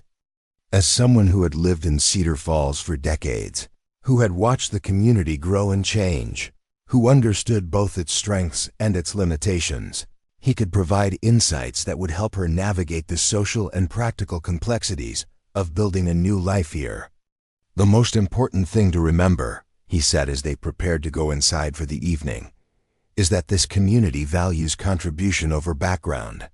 People here care more about what you can do and how you treat others than about where you came from or why you ended up here. If you can help solve problems and treat people with respect, you'll find your place." That night, Margaret lay awake in Mary Sullivan's former room, staring at the ceiling and trying to imagine what her life might look like if tomorrow's presentation went well. She pictured herself in a small house near the school, walking to work each morning through streets that would become familiar, greeting neighbors who would know her name and value her presence in their community. She imagined collaborating with Rebecca Whitmore to develop innovative teaching methods, watching struggling students discover their capabilities, working with parents to create educational opportunities that honored their cultural backgrounds, while preparing their children for success in American society. She envisioned school board meetings where her opinions would be sought and respected, community events where she would be welcomed as a contributing member rather than a temporary visitor. The possibilities were compelling, but they also represented a commitment that would be difficult to reverse if things didn't work out as planned.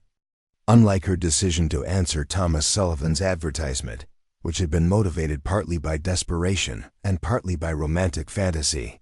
This choice would require her to embrace uncertainty based on realistic assessment of both opportunities and challenges. But perhaps that was exactly what made it the right choice, Margaret thought as sleep finally claimed her. Perhaps the best decisions were the ones that required courage rather than desperation, hope rather than fantasy, commitment to growth rather than escape from disappointment. Tomorrow would bring the school board meeting and the formal opportunity to present her vision for educational improvement in Cedar Falls. Tomorrow would bring questions about budgets and timelines, about practical implementation and measurable outcomes, about her qualifications and her commitment to the community's long-term welfare. Tomorrow would bring the moment when polite interest would give way to concrete decisions that could reshape not just her own future, but the educational opportunities available to dozens of children whose parents had chosen Cedar Falls as the place where their families could grow and prosper.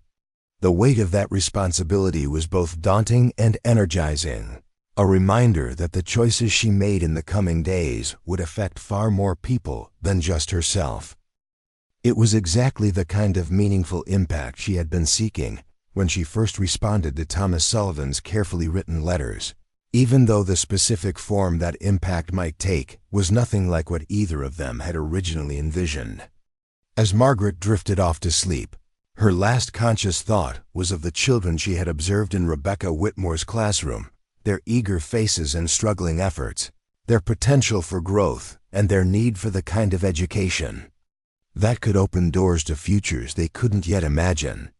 Whatever happened tomorrow, whatever decisions were made about her role in their community, those children deserved the best educational opportunities that dedicated adults could provide.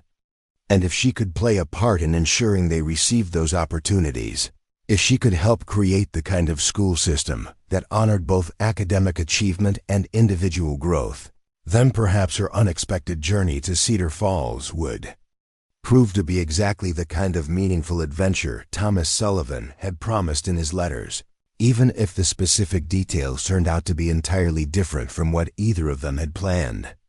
The meeting room above Patterson's Bakery was smaller than Margaret had expected, furnished with a plain wooden table surrounded by mismatched chairs that had clearly been borrowed from various establishments around town. The lingering aroma of fresh bread from the bakery below created an unexpectedly homey atmosphere for what Margaret knew would be one of the most important presentations of her professional life. She arrived 15 minutes early, carrying a leather portfolio that contained her hastily prepared notes and examples of teaching materials she had developed during her years in Boston. The early arrival gave her time to arrange her thoughts and study the room where Cedar Falls' educational future would be decided, at least as far as her own involvement was concerned. Dr. Hayes was the first board member to arrive, greeting Margaret with professional courtesy and introducing her to the other members as they filed in over the next few minutes. There was Reverend Daniel Mitchell, a tall man with kind eyes and the patient demeanor of someone accustomed to listening to community concerns.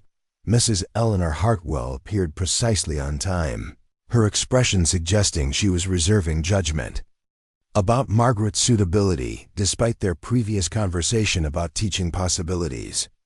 James Patterson, the baker whose establishment hosted the meeting, climbed the stairs with flour still dusting his apron, apologizing for his lateness and explaining that the evening bread required his attention until the last possible moment. Margaret found his practical, unpretentious manner immediately appealing, recognizing in him the kind of community leader who valued results over rhetoric.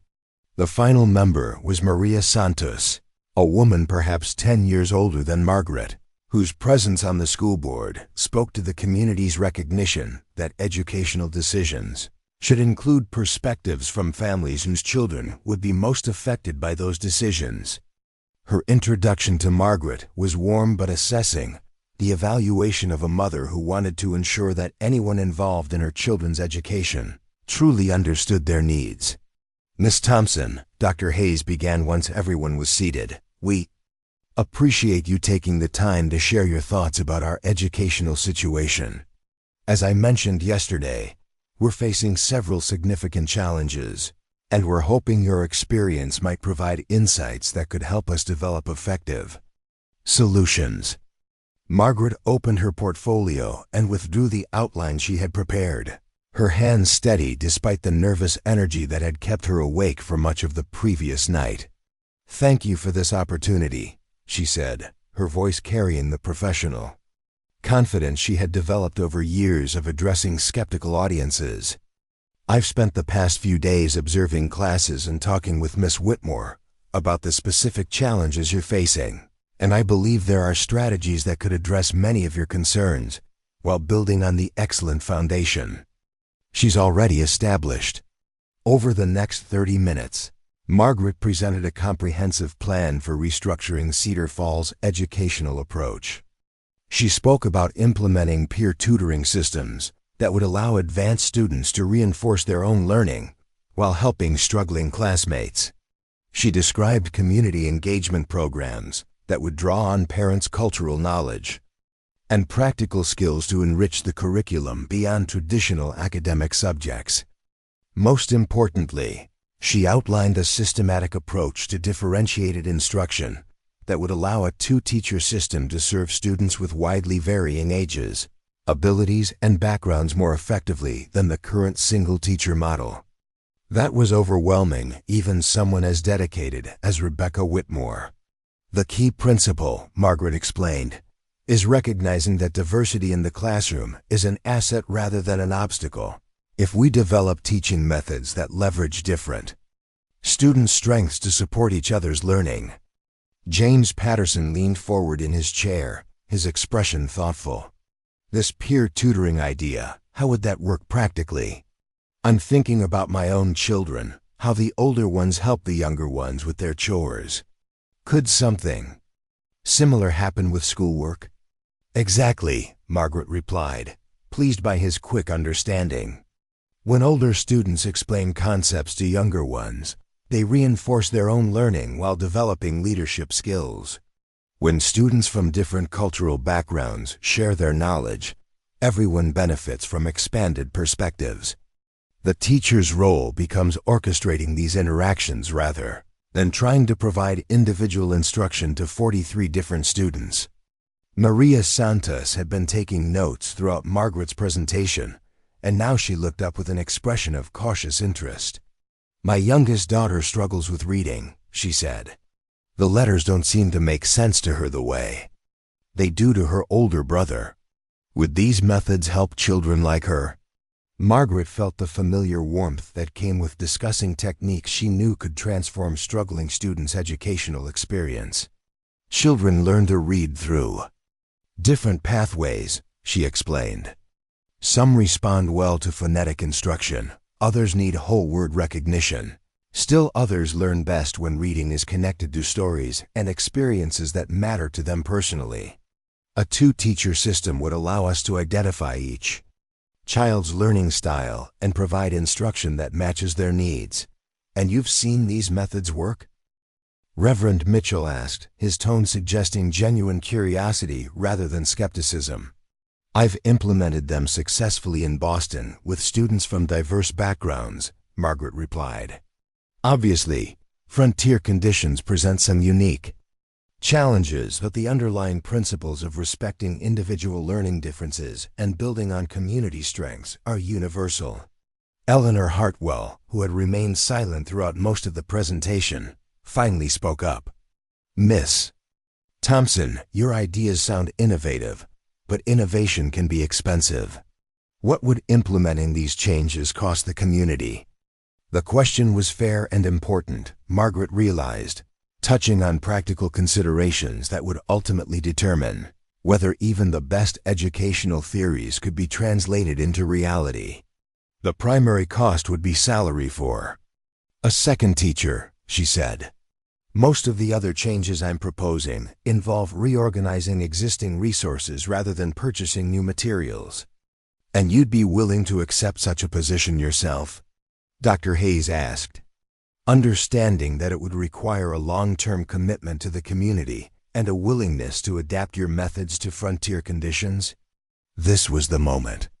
Margaret had been both anticipating and dreading, the point where theoretical discussions gave way to personal decisions with lasting consequences. She looked around the table at faces that had become familiar over the past few days, people who were offering her not just employment, but membership in a community that valued education and invested in its children's futures. "I would be honored to accept such a position," she said, her voice steady despite the magnitude of what she was committing to. "I came to Cedar Falls hoping to build a new life here, and while the circumstances have changed dramatically, my desire to contribute to this community hasn't changed." James Patterson smiled, the first openly positive response Margaret had received during the formal presentation.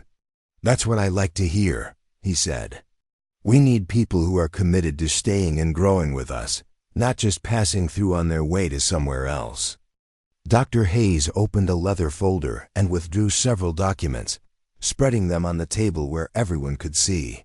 "We've been discussing the possibility of hiring an assistant teacher for several months," he said. "The enrollment growth has made it clear that Miss Whitmore needs support, and the Territorial Education Office has indicated they might provide some funding for communities that can demonstrate innovative approaches to frontier education." "How much funding?" Eleanor asked, ever practical about financial considerations. "Enough to cover approximately 60% of a second teacher's salary," Dr. Hayes replied. "The community would need to provide the remainder, but given the alternative of falling behind in educational quality as other towns develop their schools, the investment seems justified." Maria Santos nodded thoughtfully. "My husband has been saying we need to think about our children's futures when they're ready for more advanced education. If we don't give them strong foundations here, they'll have to leave Cedar Falls to continue learning." "Exactly the issue we're trying to address," Reverend Mitchell agreed. "We want our young people to have choices about their futures, and that requires educational opportunities that prepare them for whatever paths they choose to pursue." Margaret found herself thinking about the students she had observed in Rebecca's classroom, their eager faces and diverse needs, their potential for growth if given appropriate support and encouragement. The responsibility of shaping their educational experiences was both daunting and inspiring, exactly the kind of meaningful work she had been seeking when she first answered Thomas Sullivan's advertisement. "There is one other consideration," Eleanor Hartwell said, her tone suggesting she was about to raise a concern that others might have overlooked: Miss Thompson's housing situation. It wouldn't be appropriate for her to continue staying at the Sullivan Ranch indefinitely, and we need to ensure she has suitable accommodations if she's going to become a permanent member of our community. The observation was practical and important, though Margaret detected underlying implications about social propriety that reminded her of Eleanor's initial concerns about her presence in Cedar Falls. Still, the question needed to be addressed. If any employment arrangement was going to work successfully, "I've spoken with Mrs. Patterson about the room above the bakery," Dr. Hayes said, glancing at James Patterson for confirmation. "It's not currently occupied, and the location would be convenient for someone working at the school." James Patterson nodded. "It's a nice room, gets good light, and Sarah would enjoy having someone to talk with during the day. She's been lonely since our youngest started school." The practical details were falling into place with a smoothness that suggested the board had been discussing Margaret's potential employment before tonight's formal presentation. The realization was both encouraging and slightly overwhelming, indicating that her future in Cedar Falls was being planned by people who barely knew her, but were willing to invest in her potential contributions. "I think, Reverend Mitchell," said slowly, "that we should put this to a vote. All in favor of offering Miss Thompson a position as assistant teacher, with the understanding that she'll work with Miss Whitmore to implement the educational improvements she's outlined tonight?" 5 hands rose around the table, including Eleanor Hartwell's, though hers came up last and with visible hesitation. Margaret felt tears prick at her eyes as the reality of what had just happened began to sink in. She had come to Cedar Falls expecting to marry a man she had never met. Instead, she was being offered the opportunity to build a career in a community that valued her professional expertise. "Thank you," she said, her voice thick with emotion. "I promise you won't regret this decision. We'll hold you to that." "Promise," Dr. Hayes said with a smile. "When can you start?" The question brought Margaret back to practical considerations. "I need to arrange for my belongings to be sent from Boston, and I should probably coordinate with Miss Whitmore about how to integrate our teaching approaches smoothly." "Rebecca's been hoping for help all semester," Maria Santos observed. "I don't think she'll mind if you want to start as soon as possible." As the meeting disbanded and board members began gathering their papers and preparing to leave, Margaret found herself surrounded by people offering congratulations and practical assistance. James Patterson wanted to discuss details about the room above the bakery. Maria Santos asked about her experience with teaching children who spoke Spanish at home. Reverend Mitchell mentioned that the church had a lending library that might provide additional educational resources. Even Eleanor Hartwell approached her with what appeared to be genuine warmth. "Miss Thompson," she said, "I owe you an apology for my initial reception. I was concerned about maintaining community standards, but I can see now that you're exactly the kind of person who raises standards rather than threatening them." The acknowledgement meant more to Margaret than she had expected, representing acceptance from someone whose approval would smooth her integration into Cedar Falls society. "Thank you, Mrs. Hartwell. I hope I can prove worthy of the trust you've all placed in me." As Margaret walked through the quiet streets of Cedar Falls toward the Sullivan Ranch, her mind was spinning with the magnitude of what had just occurred. In the space of a few days, she had gone from being a displaced bride with no clear future to being a valued professional with a defined role in a community that wanted her to stay. The transformation was almost too rapid to absorb fully, but underlying her excitement about the opportunities ahead was a deep sense of rightness about the path her life was taking. She had answered Thomas Sullivan's advertisement hoping to find partnership and purpose, while the specific form was different than she had anticipated. The fundamental needs were being met in ways that felt sustainable and meaningful. William was waiting on the porch when she arrived, his expression expectant in the lamplight that spilled from the front windows. "How did it go?" he asked, though her smile probably already provided most of the answer he needed. "They offered me the position," Margaret said, settling into the chair beside his with a sigh that mixed exhaustion with satisfaction. "Starting as soon as I can arrange my affairs and coordinate with Rebecca." "That's wonderful news," William replied, and Margaret heard genuine pleasure in his voice. Tom would be proud to know that his letters brought someone to Cedar Falls who's going to help so many children learn and grow. The mention of Thomas brought Margaret's thoughts back to the letters that had started this entire journey, to the vision of partnership and shared purpose that had motivated her to leave everything familiar behind. The specific future Thomas had imagined was impossible now, but perhaps the underlying values he had written about contribution to community, appreciation for life's simple beauties, commitment to building something lasting, were being fulfilled in ways neither of them had anticipated. "William," she said, "I want you to know that I'll always be grateful for the kindness you showed a stranger during the most difficult time of your life. Without your generosity, none of this would have been possible." Mary used to say that kindness was never wasted, William replied, that it always found ways to multiply and come back when people needed it most. I think she would have liked seeing how this situation worked out. They sat in comfortable silence for a while, watching the stars emerge over the mountains that Margaret was beginning to think of as home rather than foreign territory. The night air carried the scent of apple blossoms and pine, familiar now rather than exotic, comforting rather than overwhelming. "I'll need to find permanent housing," Margaret said eventually, thinking about the practical arrangements that would need to be made before she could begin her new life in earnest. James Patterson mentioned the room above the bakery.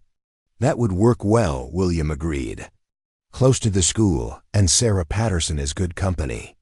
But you're welcome to stay here as long as you need while you get settled. The offer was generous and appreciated, but Margaret knew that establishing her independence was important for both social acceptance and her own sense of accomplishment. She had spent too many years depending on the goodwill of others to be comfortable extending such arrangements longer than absolutely necessary. Over the following weeks, Margaret threw herself into the work of building a new life with the same systematic determination she had brought to every major challenge in her adult life. She coordinated with Rebecca Whitmore to develop integrated lesson plans that made the most of their collaborative teaching approach. She met with parents to understand their expectations and concerns about their children's education.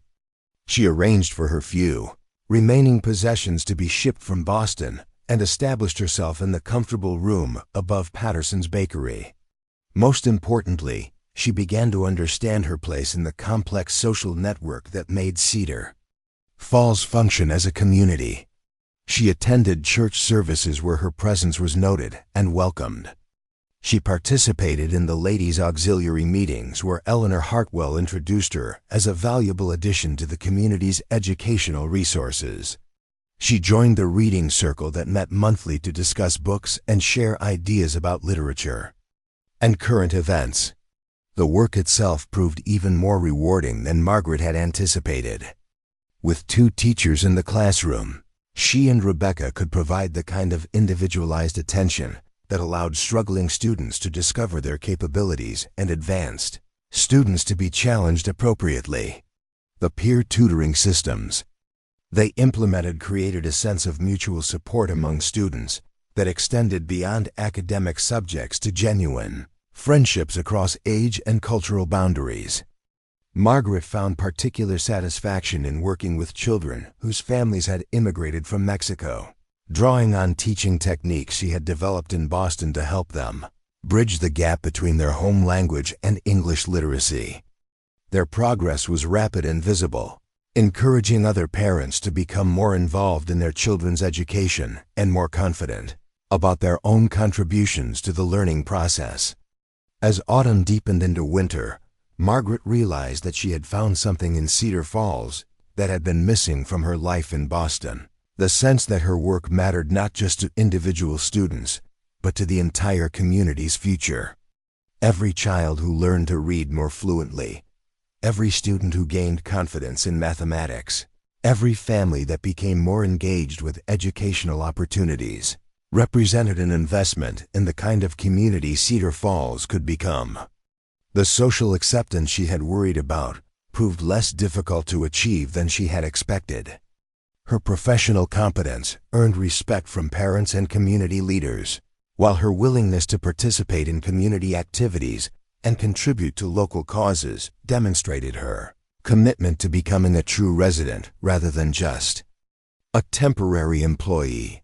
The relationship with William Sullivan evolved into something that surprised them both. What had begun as emergency hospitality during a crisis developed into genuine friendship, based on mutual respect and shared values.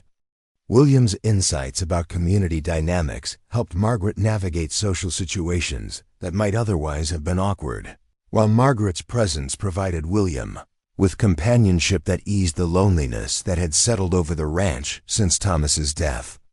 They fell into a routine of Sunday dinners together, either at the ranch or in Margaret's small apartment above the bakery, sharing meals and conversation that ranged from practical matters about education and farming to more philosophical discussions about the nature of community, the meaning of second chances, and the unexpected ways that loss could lead to growth.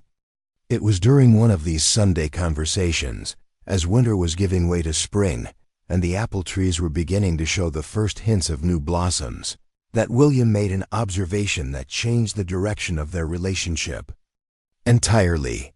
"Margaret," he said, setting down his coffee cup and looking at her with an expression that was both serious and gentle. "I need to tell you something that I probably should have said months ago." Margaret felt her heart rate increase slightly, sensing that whatever William was about to say would be significant. "What is it?" "I've been thinking about Tom's letters, about the kind of partnership he was hoping to build with you, and I've realized something important." He paused, seeming to choose his words carefully. Age really is just a number when it comes to matters of the heart. What matters is finding someone who shares your values, who appreciates the same things you appreciate, who wants to build the same kind of life you want to build. Margaret felt a flush of warmth that had nothing to do with the afternoon sun streaming through the windows of her small apartment. "William, let me finish," he said gently. "I know this might seem presumptuous, and I know the circumstances of how we met were complicated. But over these past months, I've come to value your friendship more than I can express. You've brought joy back into my life when I thought that was impossible. You've helped me see that the future can hold possibilities I hadn't imagined." Margaret's throat tightened as the weight of William's words sank in.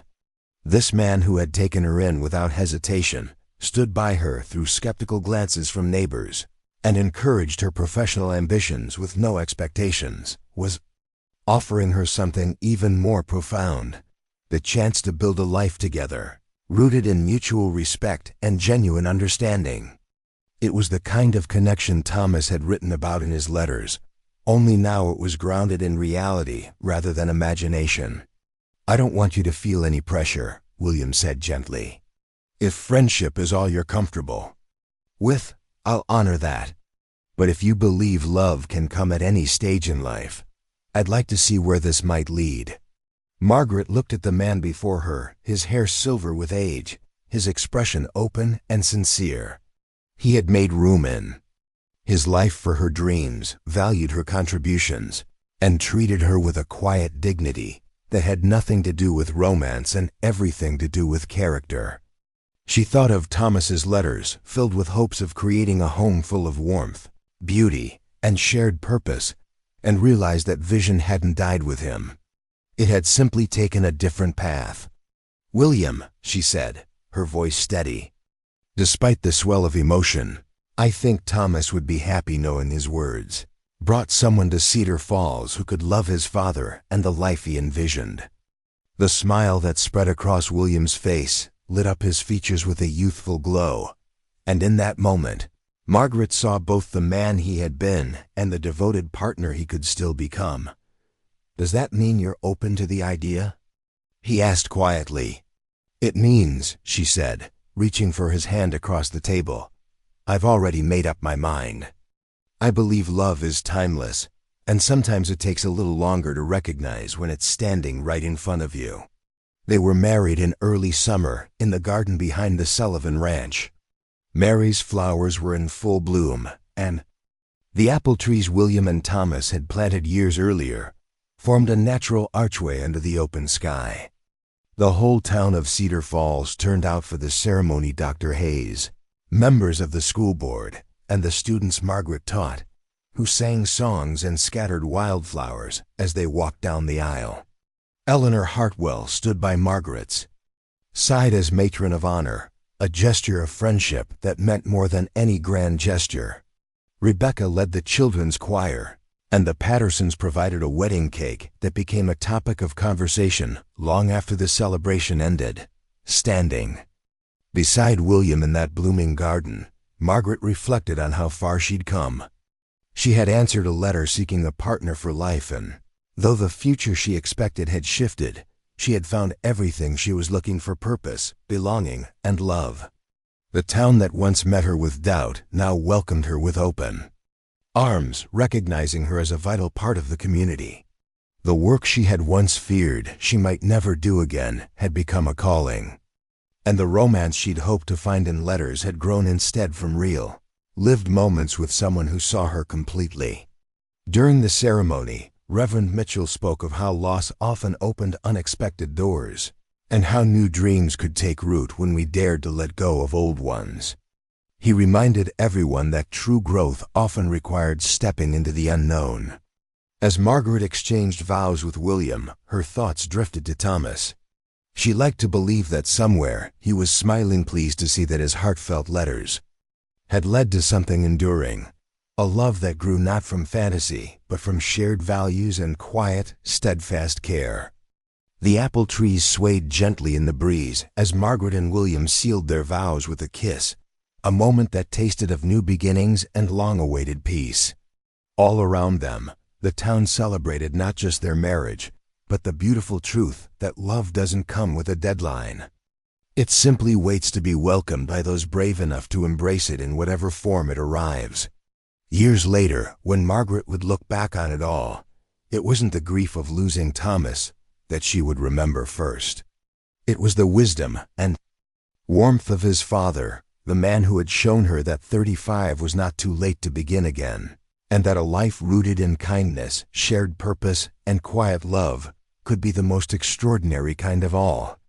In a place where apple trees bore fruit each season, flowers bloomed under watchful care. She had discovered that unexpected love was not just possible, it was life's greatest gift. Up next, you've got 2 more standout stories right on your screen. If this one hit the mark, you won't want to pass these up. Just click and check them out.